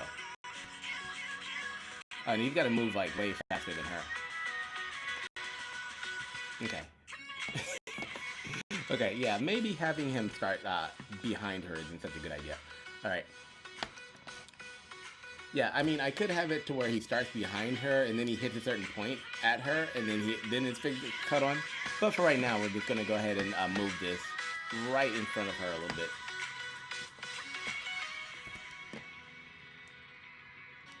You're going to move this right in front.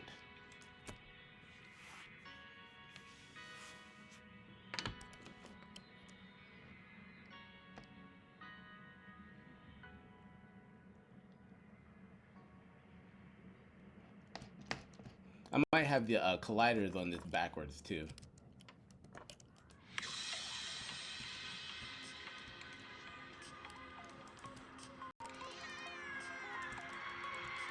Okay, well, I mean, that works for him. So this allows, if you notice, this allows her to attack back and front at the same time.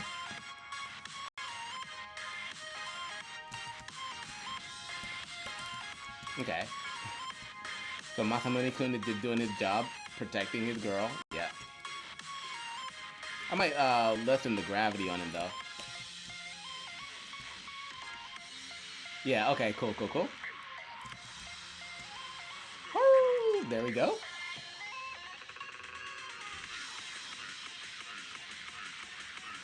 Yeah. There you go. So that's not actually too bad.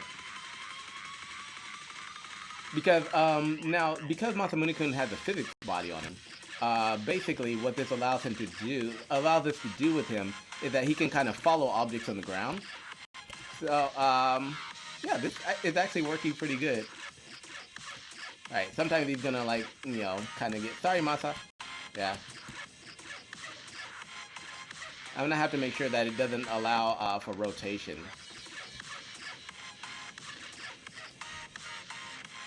Yeah, okay, this is working pretty good.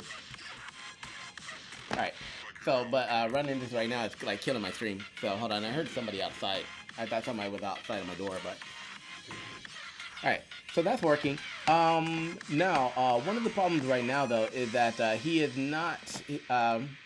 he is still tagged as a player projectile, but he doesn't actually have a trigger body yet. So, because we turned his trigger body off. So we're going to go in here and we're going to turn this collider into a trigger body. And yeah, this circle collider will be its trigger body. And let's see, right now I think this one is slightly smaller than, yeah, this trigger body, we kind of shrunk that one, so. So I'm just going to go here and I'm just going to expand it out a little bit. To make sure that enemies know that. Oh, and I didn't save it again. Damn it. So usually I'll have to have like a trigger body and a physical body. Let me go ahead and turn this off because I didn't save anything. I didn't apply the changes.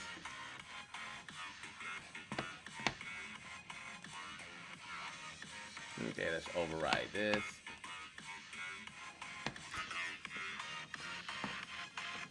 Okay.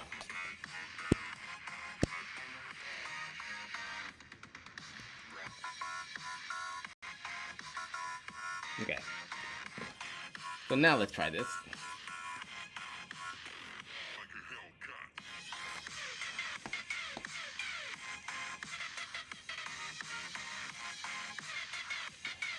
Okay, run, grab this.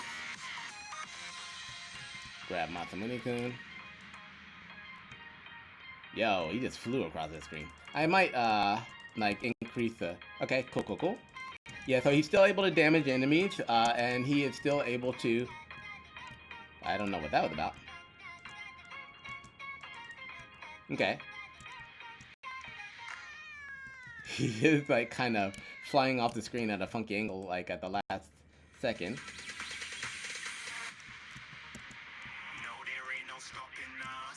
Okay, and he can get stuck. Sorry, Masa.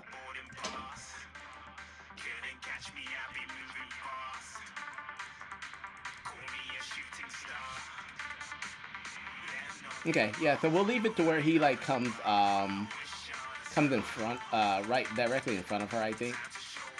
Where he's launched directly in front of her. But this kind of allows him to, like, we can drop him from the air.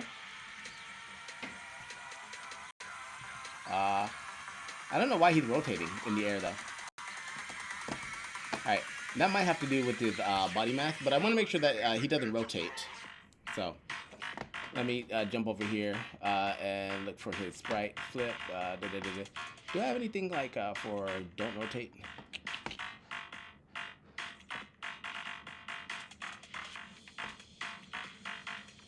Yeah, I'm getting hungry now, so, like, my brain functionality is starting to drop.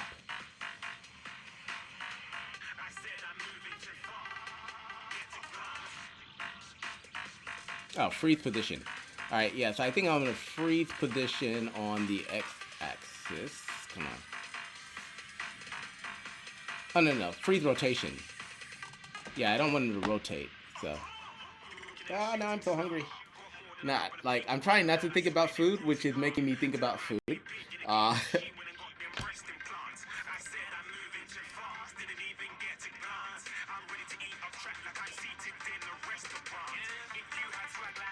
damn it. I didn't, like, save it. I didn't apply my changes. Always apply your changes.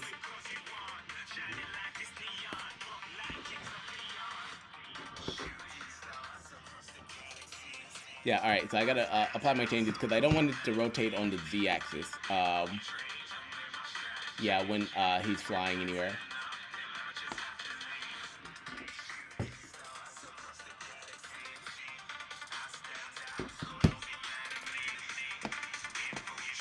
Yeah, so I do want the physics to apply, so I want him to be able to... I mean, like, I don't want him to rotate so much, but at the same time, like, he is kind of facing up and down when, like, his head is facing, rotating in the right direction.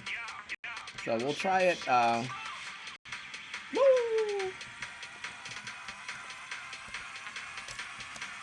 Oh, yeah, you're getting way too close.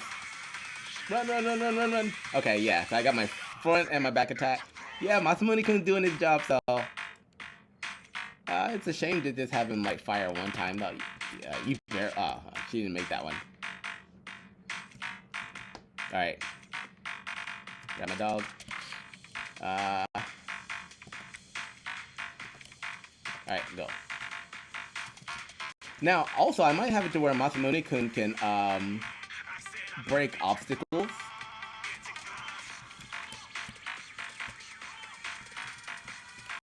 Yeah, so maybe, like, have it to where he can, like, smash walls and stuff.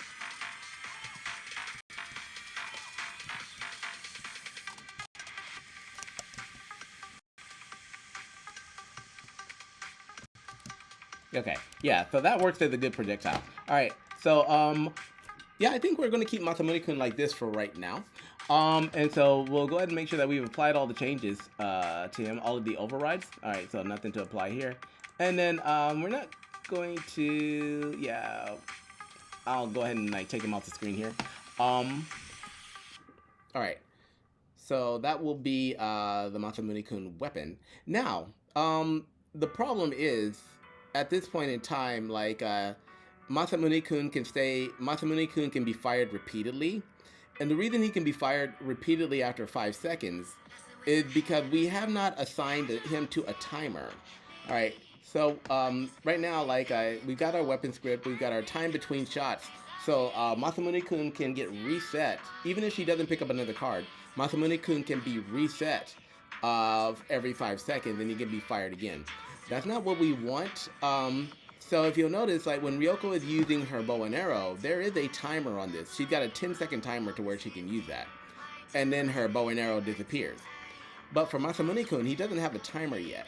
So we're going to need to do that. And the easiest way to do that in this game is, in this template, is we're going to replace one of Ryoko's weapons. We're actually going to replace her oldest sister, who is our main shield right now. So we're going to replace Rin with Masamune-kun because this is level 1. So Rin will not become available until like maybe level 2 or 3, right? Because she'll be like more of a permanent character, whereas Masamune-kun we'll use him at the beginning. I'm not sure how many times we're going to use him, or how many levels we're going to use him on yet. Also, like, Ryoko has quite a few support characters. So if you go to my Patreon page, you're going to see, like, that the Ryukage cast itself. Let's go to collections right here. So, the Ryukage cast for the comics, it's actually, like, we have, what, about maybe 16 to 20 main characters, right? And in this game, like Ryoko should be, as the game progresses, she should have the ability to basically summon most of her like relatives and friends, right? So let's see, we've got Hitoshi, Megumi, Ayami, Fujiko, Masato. Well, we got all of the girls, so Fujiko, Saya, Masami, Tomoka. Then we have the boys who are going to be like Masato, Shinji, Takashi, like Keiichi, Hideyasu, and Daihachi. And Tao Lun, he'll also be playable for, I think I'm going to put him in the game for a little bit. So that's like, 14 characters right there. And, 15, including Masamune-kun. So she has like 15 summons that she'll be able to use in this game. And that's not including like the monsters and stuff like that, or the actual summons that she can like call the spiritual summons, right? So altogether, I think she'll have about like maybe 20 summons that she can use in this game. Of course, not on each level. We'll have to like space them out. But that means like in this particular game, if we're gonna have like 20 summons, then we would have to have 20 different keys for each summon, right? So I think it's more practical to have like 5 summons for each level, or maybe to where she can kind of switch sets later. And how deep we go with this game and how many summons and stuff that she gets actually depends on you guys. Because like I need financial support to keep on doing this game and doing the comics that creating the comics that you're seeing on my Patreon page. Right now, all of this is coming out of pocket. Because it's my passion project and something I've been working on for 30 years. But like, if you would like to see more of the game and you would like to be a part of it and a part of these comics and this big universe that I'm building, then I'll definitely need your support. So like, you can support me on Patreon by becoming a free member and then upgrading later, or you can also like, buy my original comics and my novel, which these games are based on. Or if you don't want to like support that much, you can like go to Buy Me a Coffee, which also definitely helps. So here's my coffee account, which I haven't really updated. I'll be updating that one more. But right now, recently I've been focusing more on Patreon. Let me go refresh this right quick. And you can also like download some of the games that I've already got, and you can like buy some of those on itch.io, or you can play them for free. But any donation that you can give me helps. And I was running an Etsy store, but I shut that down right now because I'm going to start upgrading a lot of the products on there. And I'm also focusing more on digital products more than physical products right now because of the war in Hormuz. Like import-export isn't doing so good. But yeah, like everything I'm building, like you have a chance to be a part of all of that. Just by just joining my Patreon and like supporting with whatever you can. And that will help me to keep being able to produce these, right? So, like I was mentioning, like most of the characters that you're seeing on this page, there's a lot of locked content, but most of the characters that you're seeing on this page under the Ryukage collection, all of them, I think all of them will be in the game. Or I might stop at a certain point when it comes to like certain bad guys. I haven't decided yet, but like I said, a lot of it kind of depends on what you guys want. So with that many summons, that means for the game, that means that each particular character would have to have a specific key to summon. So what we're going to have to do is right now, I think we're going to have to limit our summons to about maybe 5 people. So QERTY, I think would be good enough. And then I also have like B for bomb, which is something that's already included in the game. But since we're just working with level 1, all we're doing right now, we're just setting up all of these summons right now. But most of them will not be active for Ryoko on the first level. So she's just going to have Masamune-kun on the first level, I think. And in order to summon Masamune-kun, and to make sure that she can't keep on spamming him after every 5 seconds, we need to replace a Rin in the player temp. So we can do that by clicking on player temp, and under player temp, you're going to see that we've got we've got her melee attack. So her melee attack box is basically we can kind of select what we want to use for melee attack. So right now it's set for Rin, I think. Yeah, it is set for Rin. So we're going to replace this with Masamune-kun. So in order to do that, we're just going to click this, and we're just going to drag Masamune-kun here. Alright. And now I have to think of what... hold on, let me play this. I'm getting hungry, so my brain functionality is starting to drop as well. So I'm going to have to, like, eat a sandwich or something soon. Alright, so Rin is out. Alright, look at this. Okay.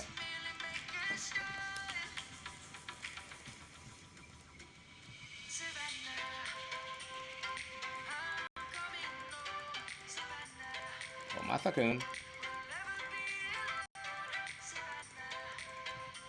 Wait a minute, what's the dash attack? Oh, R.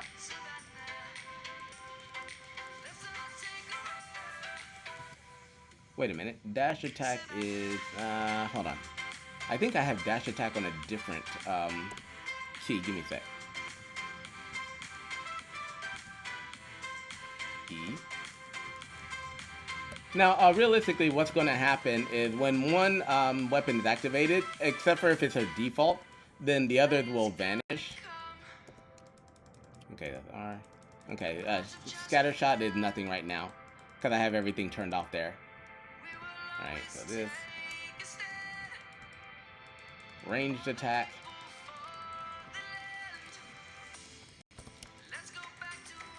Oh, now I forgot where, which button her dash attack is on. Because I think I had to change it. Give me a sec.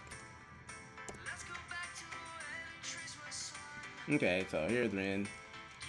E to activate fan shot, yeah. That's Fujiko. Okay. Q. Q to activate dash attack. Okay.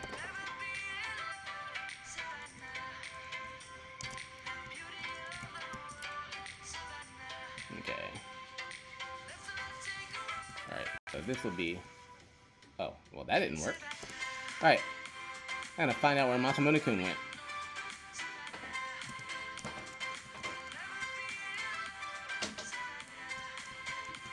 Okay. Hello.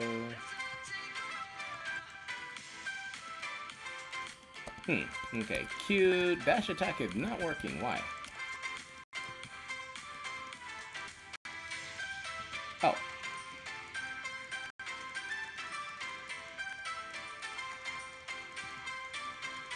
Give me a sec.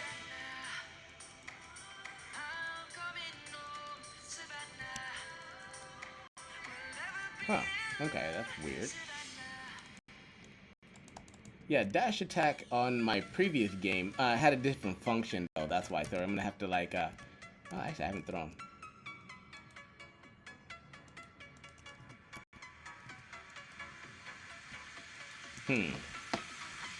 Hold on. Let me kill myself.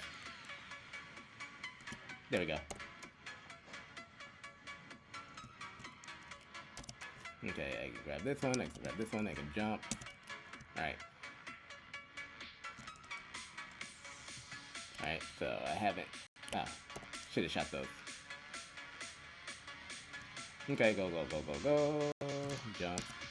Okay, pick those up.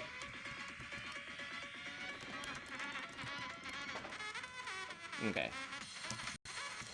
So now I'm no Masamune-kun, so I hit Q.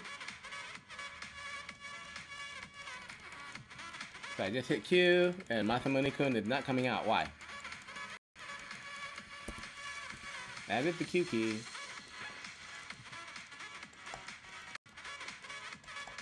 He's still activating on Y. I don't know why he's activating on Y.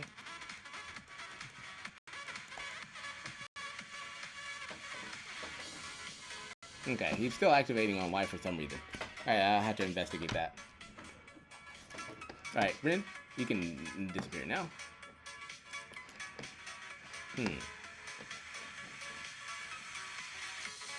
Let's see. Melee attack, box, attack weapon. Alright, let me jump back in here and like reset Rin back to reset that back to Rin right quick. Just to keep everything in order. Melee attack box, melee attack, activate melee attack delay.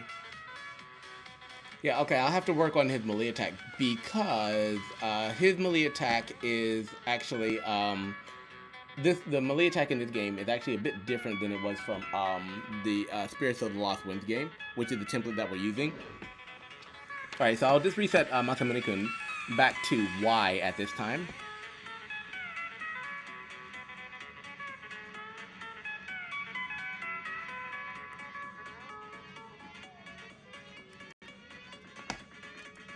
Okay, pick these up, pick this up, jump. Okay, so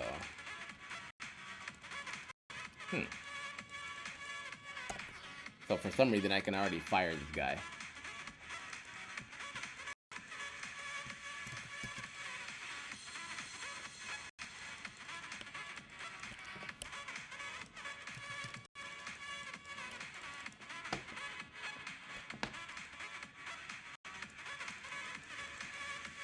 Oh, I can fire him because he's already active, that's why. Okay. So, Masamune-kun should be deactivated by default, so.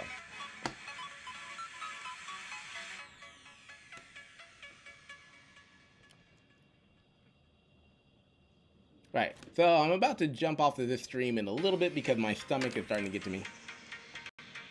And I need to get some food. So right now, Masamune-kun should be off.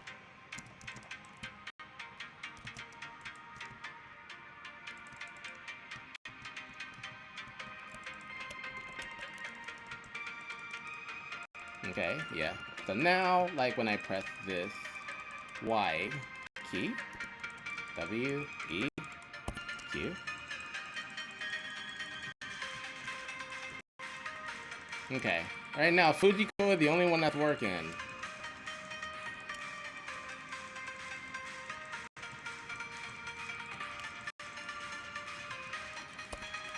Okay.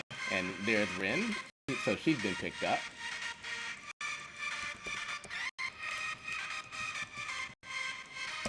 Okay. Okay, I think I know what's wrong.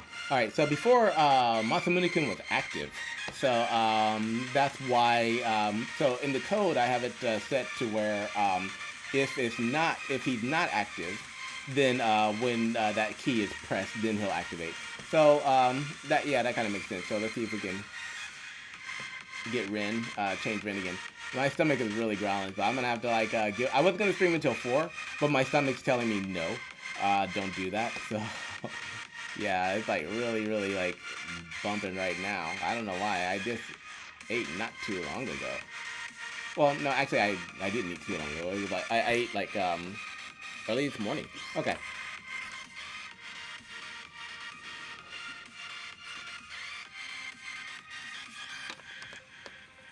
All right. So Rin was activated by pressing the Q button. Okay. So I'm hungry. The more I'm trying not to think about food, the more I'm actually thinking about food, which is not good. That's the way it usually always works, though. Oh shoot! I think I missed. Yeah, I think I missed him.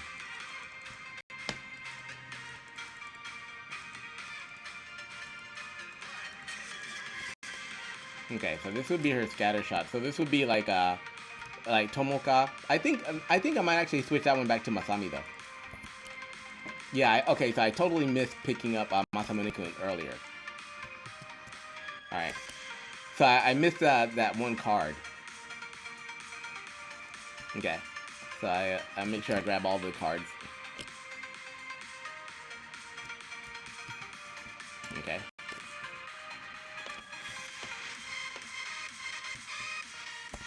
Okay, so now Masamune-kun should be available. Yeah.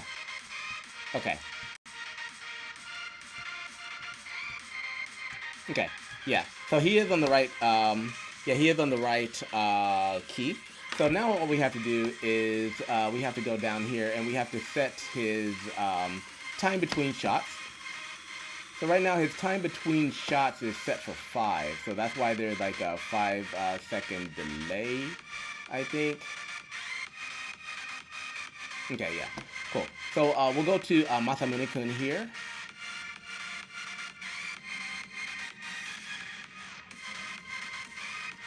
Alright, so we'll go to Masamune-kun and we'll click on this weapon sprite. And this is why it's taking so long for him to come out. So there's a time between shots. That's like the first one is 0.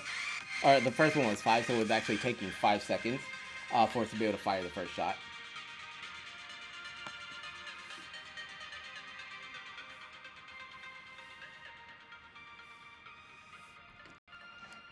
Okay, so I'll grab this, I'll grab this, I'll take this, I'll jump over here, I'll clear this.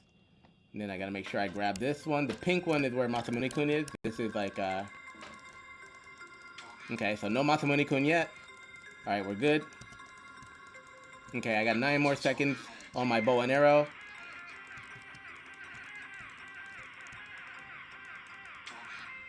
Okay, bow and arrow out. Alright, let's clear these. Alright, now let's see, I've got Masamune-kun. Alright, cool. So now I can fire Masamune-kun. And after 5 seconds, I can fire another Masamune-kun. Alright. And one more Masamune-kun. Boom! Alright, there we go. And one more Masamune-kun. Boom. Now, I noticed that the timer is not coming out on this though, so I should not be able to spam Masamune-kun like so much.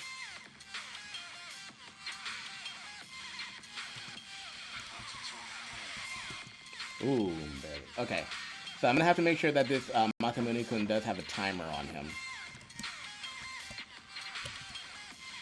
Otherwise, I'll be able to spam him for the whole match. Okay, there we go. But he is working, he's doing his thing, and he can take down enemies, so... I mean, he can't swim, though. Alright, there we go. Now, if I fire him upside down, he's just gonna get stuck somewhere and go backwards. I don't know why that happened.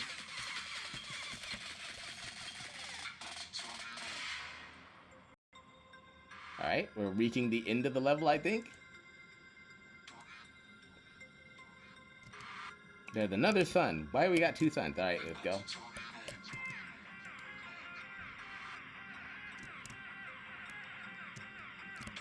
Okay, one more Masamune-kun. Oh, okay, we hit a checkpoint. That's why it's resetting back to that. All right. So now so I think we are going to use Masamune-kun as a forward projectile, and I'm going to turn his time between shots off. Maybe I would give him a. I might even give him a cooldown of 15. Yeah, cooldown of 15 seconds right now.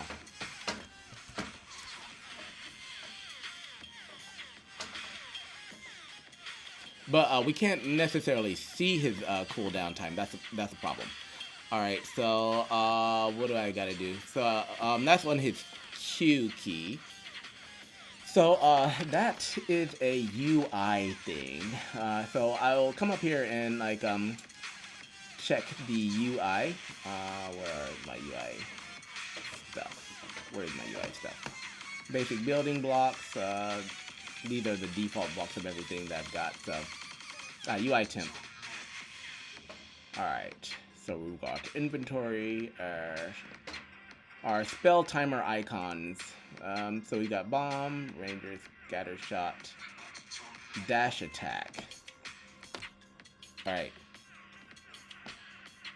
So what these timers are basically is you'll notice like down here. So whenever something is going down, like whenever a spell is activated, there is a box that pops up that has a timer in it. That's what these are. So this will tell me like how much time I actually have to use any particular attack, and it'll count down to 0, and then it's supposed to disappear. That's not what's happening with Masamune-kun though.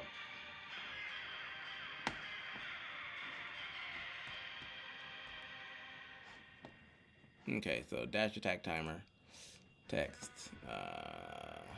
There's not really so much going on in here. Okay, I'm getting hungry, so I'm gonna have to like jump off in a little bit, I think. Alright, so anyway, we've got Masamune-kun working in the scene, and then I'll figure out the timer for this. You know, because I want him to have like maybe... But, I mean, he's really only supposed to be like, be able to be used once or twice, maybe in a level. So I think instead of giving him a timer, I might just set his reload time for about maybe 20 seconds. That might actually be better.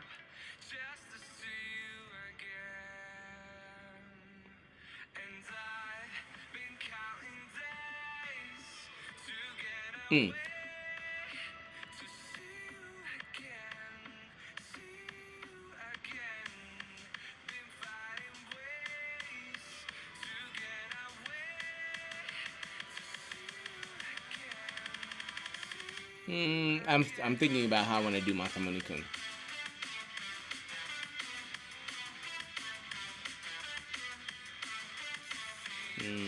Okay, yeah, I'll figure that one out off. Yeah, I'm thinking about if I want him to be spammable or not. If so, then I would have to like put a message on the screen. Yeah, okay, you got a dog now. Alright, so anyways, like that was us putting Masamune-kun in the game. So he is there, he's doing his function, he's like beating up enemies, so, and that's what he's supposed to do. We'll play like this one more time.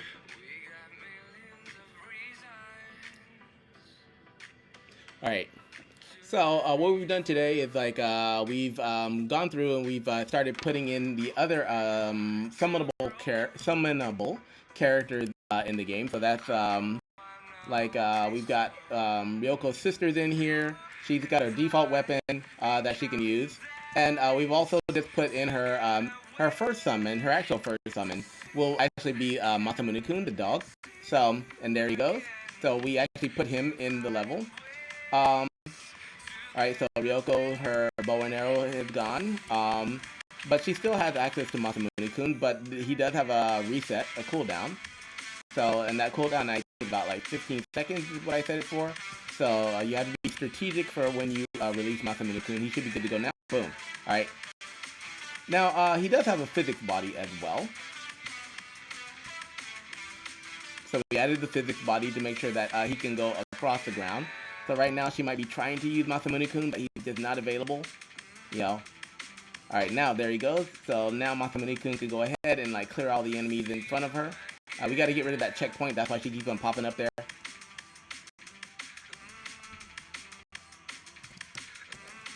And now it'll be more fun to have enemies on screen because Masamune-kun can come out and bowl them over.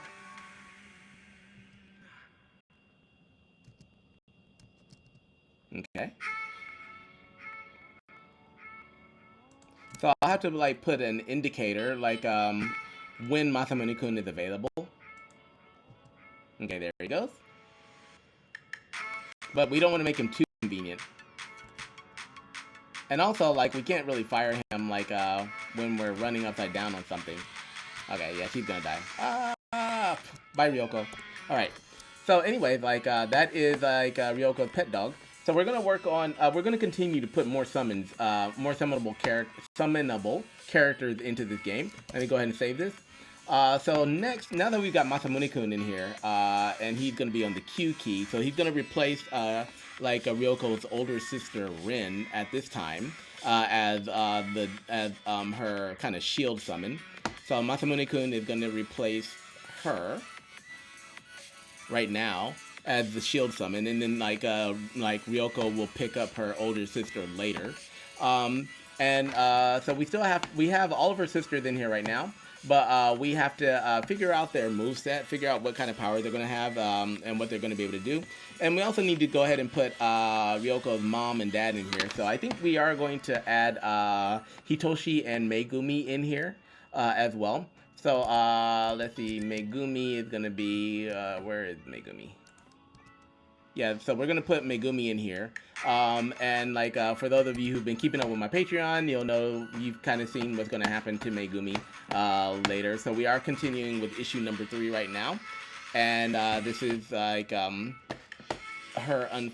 what's going to happen to her, unfortunately. But because of what happened here, she actually gets something good happens. I'm not going to explain everything to you. I want you to read the comics. So like go to Gumroad and you can read the comics for the video game that we're making right now. These 2 comics are a prequel to this full novel. And so all of the characters that you're seeing on my Patreon page right now, even the future characters, even cyberpunk characters, the cyberpunk characters will not make it into the Ryukage Run game because they're actually part of the main WildFIRE storyline. But all of the characters that you're seeing in the comics here will be in the video game. So in the game that we're working on right now. So like I think we're going to go ahead and add Megumi and Hitoshi. Megumi, I think we're going to add her as a summon as a healing summon. So somebody who can like give her daughter, she's going to be giving her daughter some help if she takes too much damage. So in order to do that, what we're going to do is we're just going to copy Masamune-kun right now. So we're going to copy, duplicate this one. Oh, all right. We're going to duplicate Masamune-kun, and we're going to rename this one to Megumi.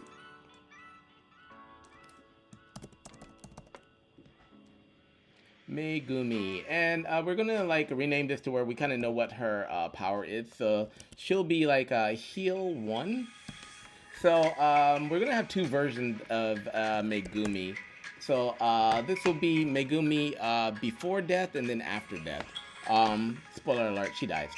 So yeah, so we're gonna give her a before death and a after death.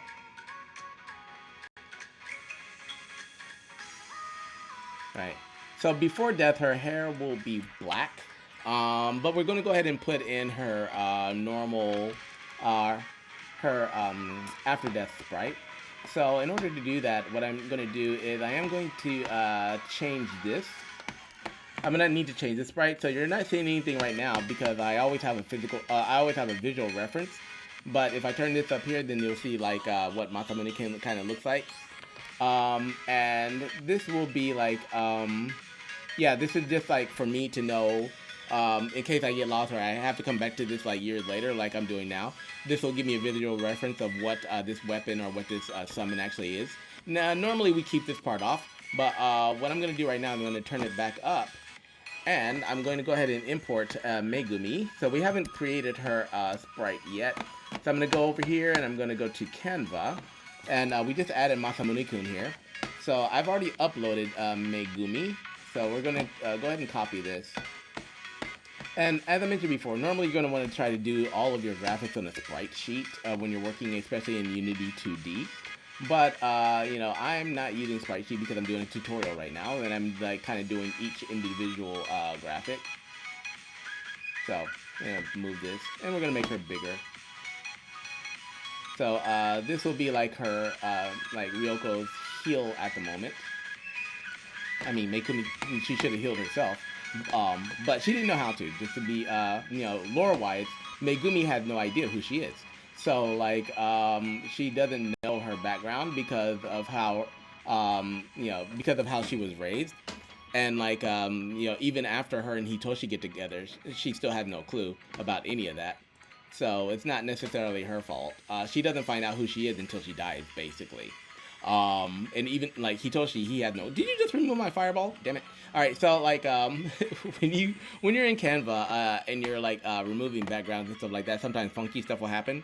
In order to like fix that, you can just go in here and or you'll click on the eraser tool. Sorry, magic eraser.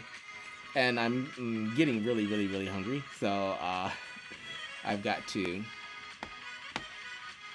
I think I kind of want to restore this. Can I restore this? Oh no, let's go erase mode. Where are we? Deselect. Let me go in here. Yeah, my stomach is talking to me too much. I want to add. Where is it? Okay. I can't really think right now because my my brain is thinking about, or my stomach is outweighing my brain.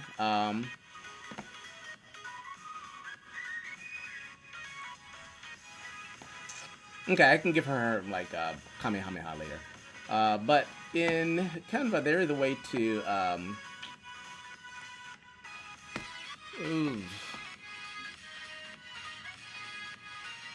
magic eraser. Where's my restore?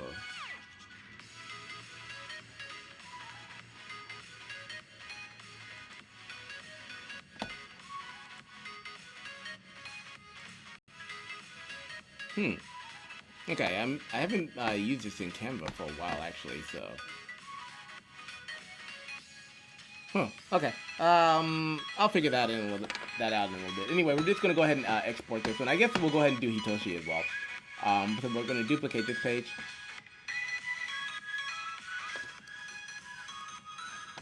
Yeah, duplicate, and we're gonna go ahead and drag Hitoshi in here, and that'll automatically remove his background, I think. Oh, no, it didn't. Oh, that's because I duplicated her. Bye, Megumi. Oh.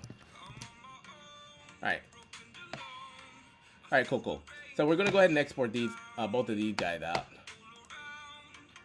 Alright, and when we export them, we're going to make sure that they have a transparent background. And we're going to do page...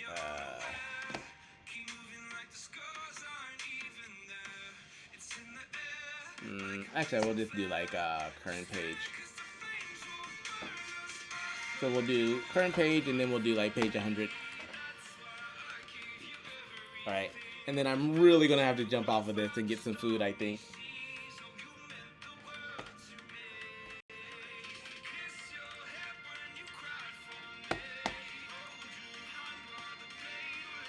Hold on, let me move this down here.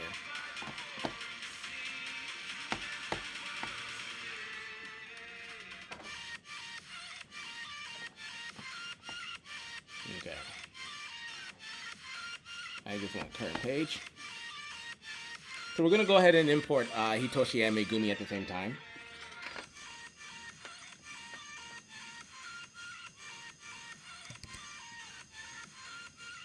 Okay, so for Hitoshi and Megumi, we might do them a little bit different. Like, because we have a lot of like characters that can we have a lot of support that is coming from Ryoko. But at some point, we might want to have like some of the support that's just on the level where she runs by and grabs it. Kind of like a pickup kind of thing. So I think we might actually do that. That might actually be the easiest way to do Megumi, is just have her kind of standing there. At first, just have her standing there, like to where when Ryoko runs past, she picks her up. And the pickup is like, she picks her up as a health pickup, basically. Alright, so my brain functionality is starting to drop because I'm so hungry. Alright. So let's go ahead and rename these guys. So this will be Hitoshi.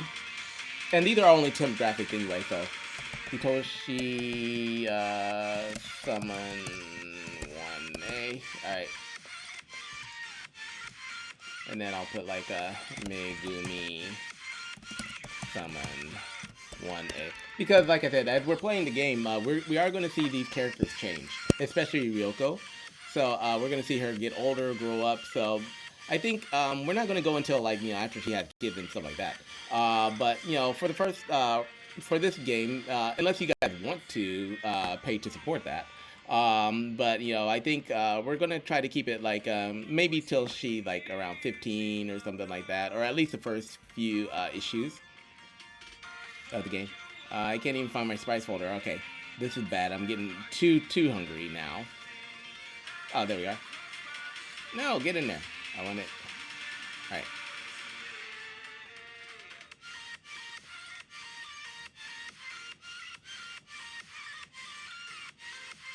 All right. So let's see. As a matter of fact, I think we might actually do, instead of having Megumi as a heal, I think we're gonna put Hitoshi in first. Hitoshi /1. Yeah. So in the first couple levels, she's not really gonna have Saya, her third oldest sister. So I think we'll replace Saya with Hitoshi for this one. And this will also be like a weapon sprite. Now, for this one, we're going to just type in Hitoshi. Yeah, okay, there's Daddy. Alright. So this is Daddy to the rescue. Alright. Now, we already have Masamune-kun that goes across the screen. So, for Hitoshi, we got to figure out kind of what we want him to do, what kind of support we want him to give his daughter. So in the comic, when you read the comic, you'll see like this dude, he's battling. He is seriously battling, like to keep his daughter safe, right? So like, he is like the OG of the first comic. I mean, yeah, so because Daddy does his job. But in this game, we got to figure out like something. He's a Ronin samurai who was in Oda Nobunaga's army, and so we got and then he like gave that up to marry Megumi. And then, they moved away to the countryside where basically nobody could find him except for his friends. Megumi, she didn't have any friends because all of them were wiped out by Nobunaga's armies. So only a few people know about know Hitoshi and Megumi. Megumi goes to town, to buy supplies and stuff like that because Hitoshi's always away. He became a sailor and a traveling merchant to support his family. Like, dude got 6 kids. He had to get a job. So like, he's been a traveling merchant between Asia and stuff like that. So in the meantime, Megumi, she's been like, he moved her out to a countryside, but not too far away from the village where she can go buy stuff that she needs.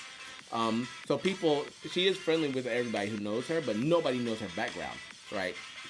Even Hitoshi doesn't know her background because of how he met her. So like, but with his background being a samurai, we got to think of his moveset as something that a samurai would do.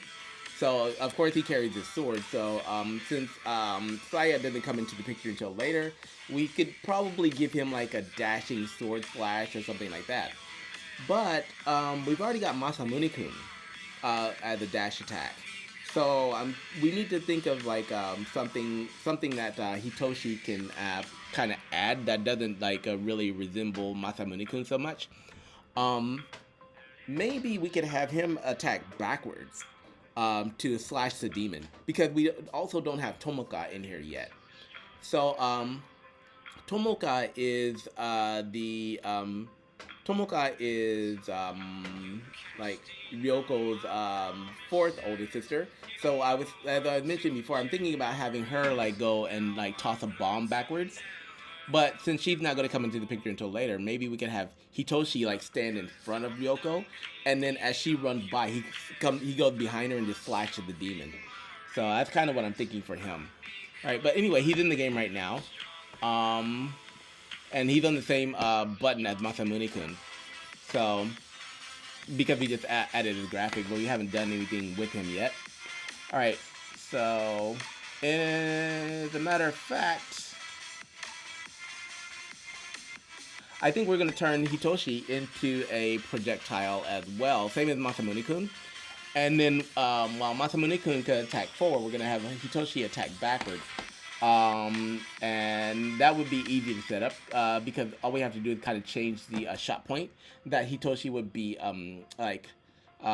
projected to. And also, Hitoshi would not have, unlike Masamune-kun, Hitoshi would not have a would not have a physics body. So he would be like straight collider. So that way he can go through everything to attack this demon in back of his daughter. That sounds like a good idea, Walter. I think that we're going to do that. All right. But anyways, so we have Hitoshi in here. Now we're going to go ahead and turn him off. And are we going to turn him off? No, we're not going to turn him off. What we are going to do is we're going to grab, I have a health pickup in here. Alright, so health bar, health pickup icon, health pickup, health. Alright, let's go find you. Oh crap. Alright. I'm so hungry, my vision is starting to blur. Alright. So this thing is not on yet. Oh, that's the icon. No. I need the actual health.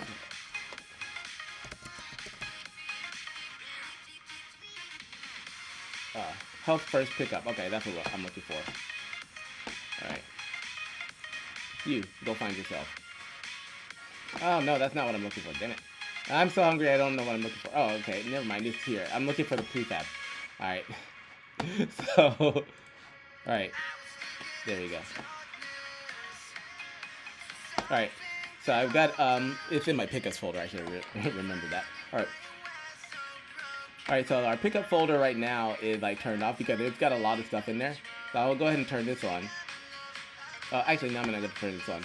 I'm going to take this guy and I'm going to duplicate him and then I'm going to drag him outside of this folder just temporarily.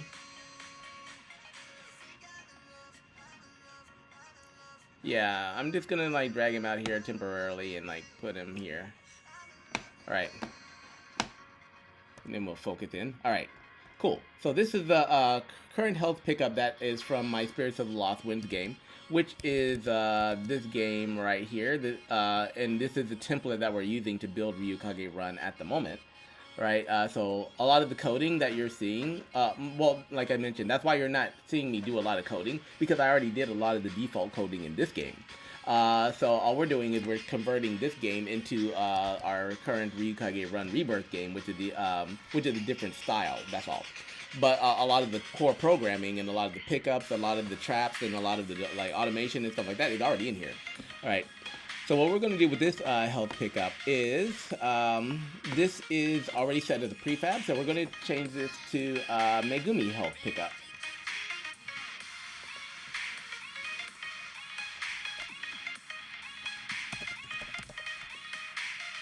So Ryoko, we don't have any enemies on the level yet, but Ryoko is going to be being attacked as she's coming, so she's going to have enemies attacking her from the front, and she is going to be able to take small amounts of damage. That's why we have a health bar right here, right? So right now, everything that you're seeing on the level is set to automatically kill her. Like this demon dog is set to automatically kill her. If she falls off the level, she's gonna die. If she runs into these spikes, she's gonna die. What we need to do is we need to we will put more enemy that just do small damage to her. I think these falling spikes do small damage. We're gonna oh no, those are permakill too. Damn, I'm sorry, girl, I screwed you. Everything on the level right now is permakill. All right. But we are going to have like some enemies that can shoot projectiles and stuff at her and do like small increments of damage. So because of that, she does need to have like a health thing that she can run into that will that will increase her health. So the first thing that she's going to have access to will be Mommy. All right, so we're going to go ahead and put Megumi in here. So right now, the graphic for this this attack card from the Spirits of Lost Winds game is set for this. So we're going to go ahead and switch this over to Megumi summon 1. And wow, she is tiny. Alright, so yeah, Mommy can't be that small. So we're going to go ahead and blow her up here.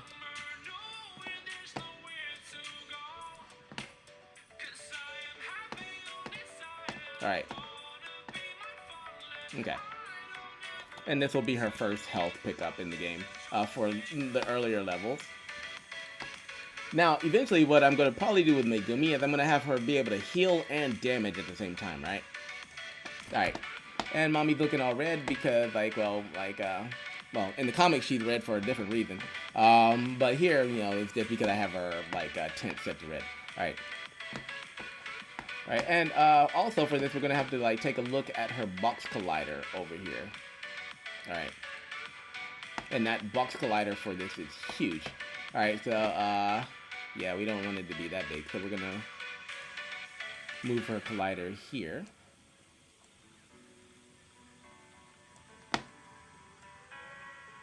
Okay. Alright.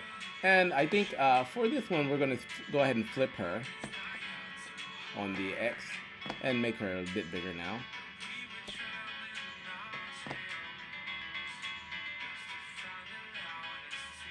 Okay, yeah, so that's mom and dad.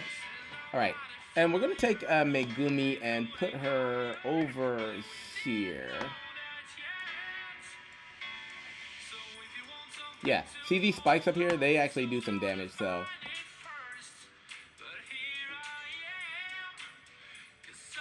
I don't want to put them too far, though. Yeah, I'll put her here. Alright, and what I want you to pay attention to also the inventory. So we do have an inventory system here, so whenever Ryoko picks up something, you're going to see it pop up in this box down here. So what we're looking for is we're looking for a red health bar, or a red health, card to pop up when she runs into Megumi. So Hitoshi is acting as a summon. Megumi is acting as a pickup card for health, right? So she's just basically acting like a health pickup. Alright, so let's go ahead and play through this.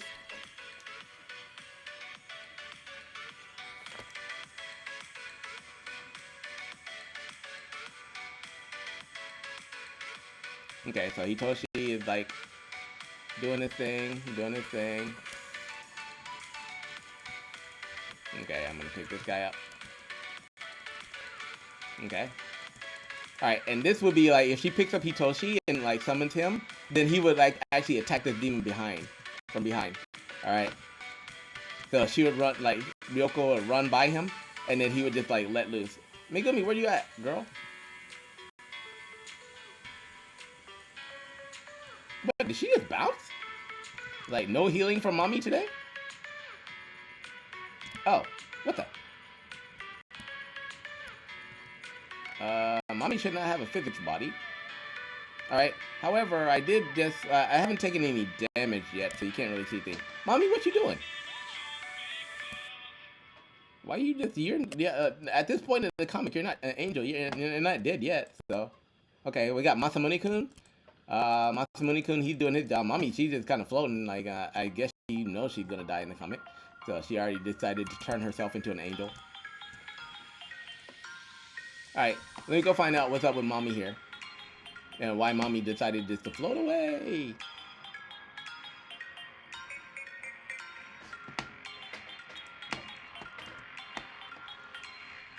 Okay, so this is actually just a card, so it should not have any, it's a trigger as well.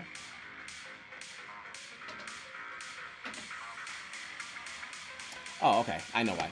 Alright, so, mommy's not, because mommy's a card, she needs to be inside of, our level. Yeah, so right now, I placed her outside of the level. So, we need to go ahead and drop her into our level map. Alright, so, we got our scene. We're gonna drop mommy into, yeah, background level 1. Yeah. Let's see, do we have our other pickups here? Yeah, we're going to drop her into background level 1, and we're going to put her in the pickup section. So I'm picking up mommy. Alright. So, now I'll explain, I've explained these level layouts before, these layers. Basically what I've got is, I have a, scene layers folder, and I've got a level map. So this is the actual map of the entire level. And what I've done is I've kind of broken everything down by scene layers. So So under level map, we've got our scene layers. This is where we've kind of got everything broken down in like parallaxable elements. So for example, if I click on background 6 and I want to make all of those mountains and the trees in the background go away, I just like turn this off, right? And why am I not seeing anything in here? Yeah, I can just turn these guys off here. Oh, I know why I'm not seeing them. Yeah, so I can just turn these guys off here.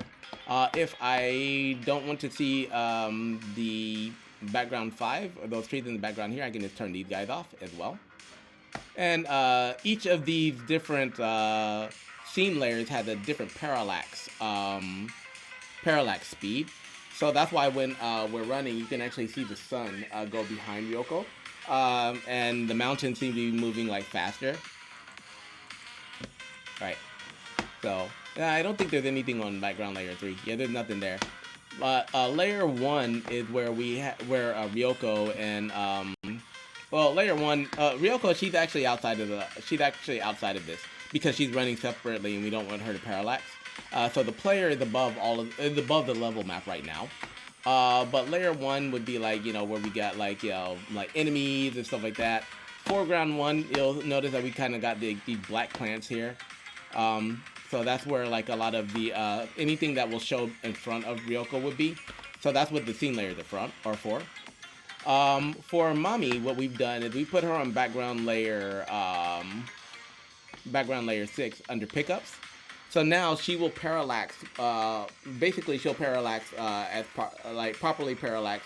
With the rest of the scene. What was happening before is she was all the way up here, and so like she didn't know her position on the level was moving faster, and she had to try to keep up, right? And that's not what we wanted. So putting her inside of one of these scene layers where she kind of parallaxes properly, because this is an endless runner game.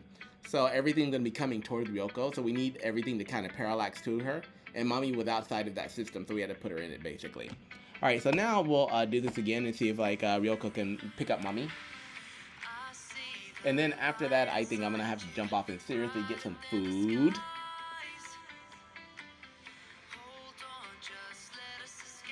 All right, so we put Masamune-kun in the game. We put Hitoshi in the game. We haven't like decided. We haven't like rigged Hitoshi up for attack yet.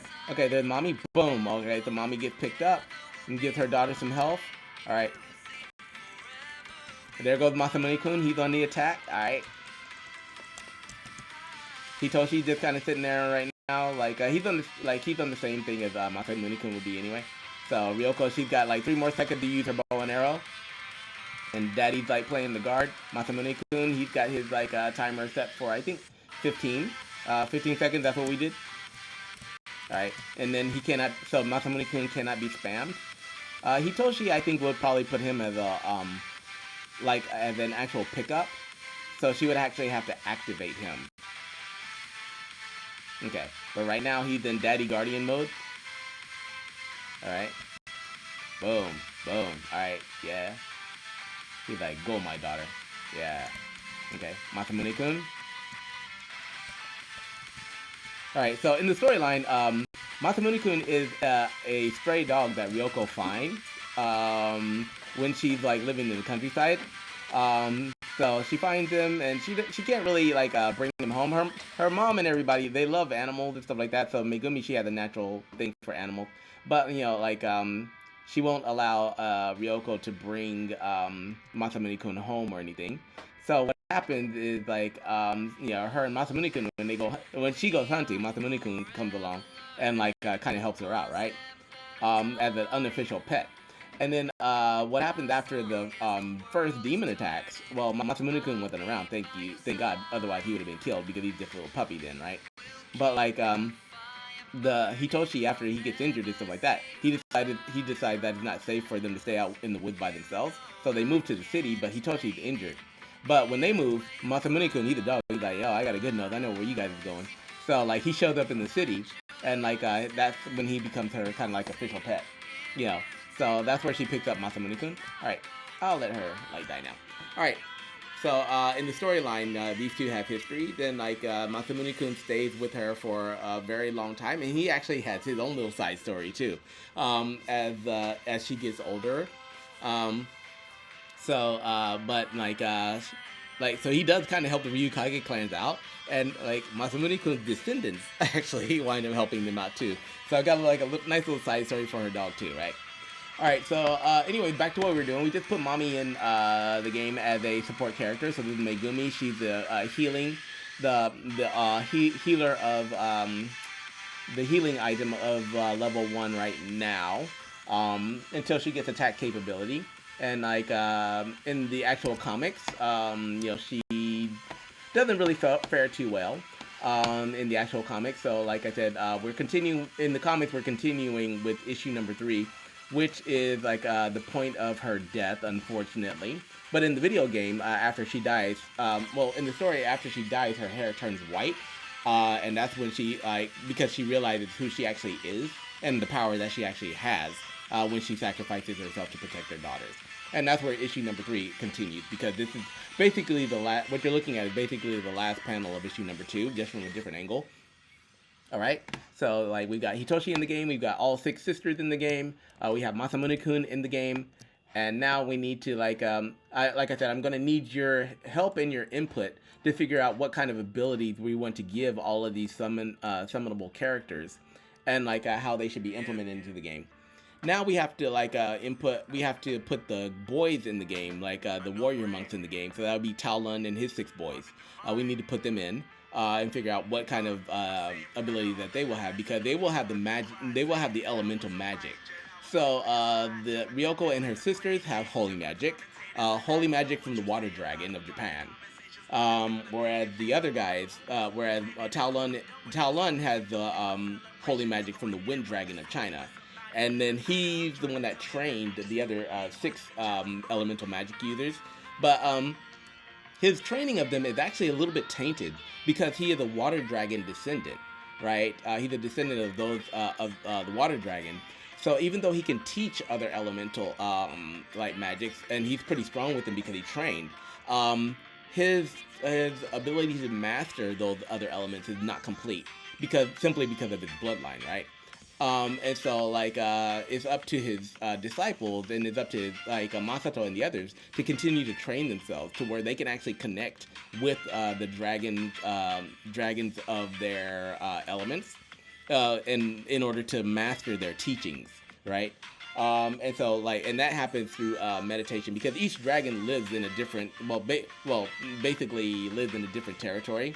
So if you'll watch the lore video that I have on my Patreon, I just did like a 1 hour explainer, I think, of the lore behind the Ryukage. So this is stuff that happens before the comics even start.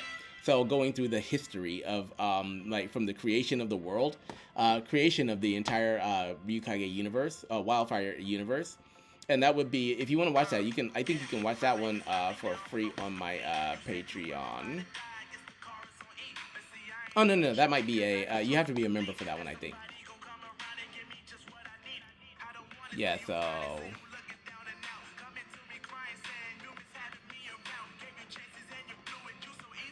Okay, yeah, so I have like two lore videos up on Patreon that explain the beginning, how the universe began, and it covered a lot of stuff that will not be covered in the games or the comics, but will be heavily referenced. For example, Ayami Nishiyama, and like the strongest water dragon priestess. You'll find out about her here, because I don't necessarily want to go back and tell that story. I want to focus on with the story going forward. So I just did a huge explainer video about all of that, so you can watch that on Patreon by becoming a member. And then what's going to happen after that? I forgot what I was saying. But anyway, you can watch that on Patreon just by becoming I think a free member. You'll be able to access this, right? So yeah, my brain is going numb because I need food. All right, but we have we have all of the Morita family members in here, so yay. So you got Ryoko, her dad, her mom, and her sisters in here. And so we'll need to figure out the abilities for these guys, and then then we can start adding the other summons. And then we'll decide which summons like Ryoko can actually use on level 1 and 2. And we are going to start adding enemies to this in the next stream. All right. So I think that's going to be it for this stream. I've been streaming for about like an hour or so, or a little bit over an hour. So I need to get some food. And then I might jump back on with some like Marvel Rivals or some Overwatch or something like that just to cool down. But yeah, if you like what you're seeing here and you want like to know more about the storyline, check out my Patreon, because that's where all of the lore is, and all of the new artwork.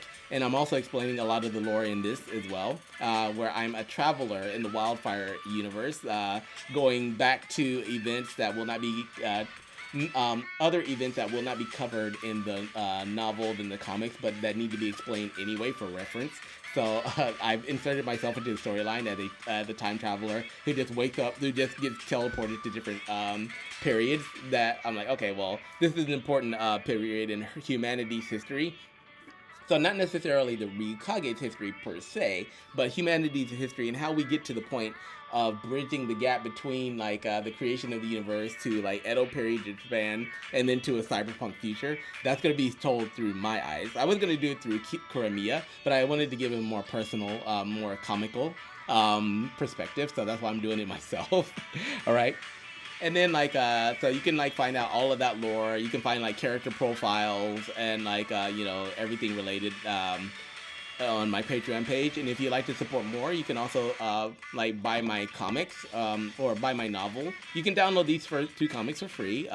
These are the comics of the game that we're making, and they're direct prequels to this book, which you can buy. Also, you can like support me on Buy Me a Coffee. So I have started a Buy Me a Coffee page. If you'd like to pick up like some lore and stuff like that and just want to support like a one-off, that would definitely help as well. Or you can like download some of my free video games from itch.io, or you can actually make donations to these as well. This is the old Ryukage Run game, the one that we are currently rebuilding at the moment. So yeah, stop by, check out my Patreon, check to see what options you have for being able to support, and anything that you could like to support with, I would happily accept. And I am giving away a lot of perks and stuff and membership perks and stuff like that. So definitely check that out. And I will jump off for now, get some food because I'm freaking starving, and I will see you all in the next stream. Bye for now.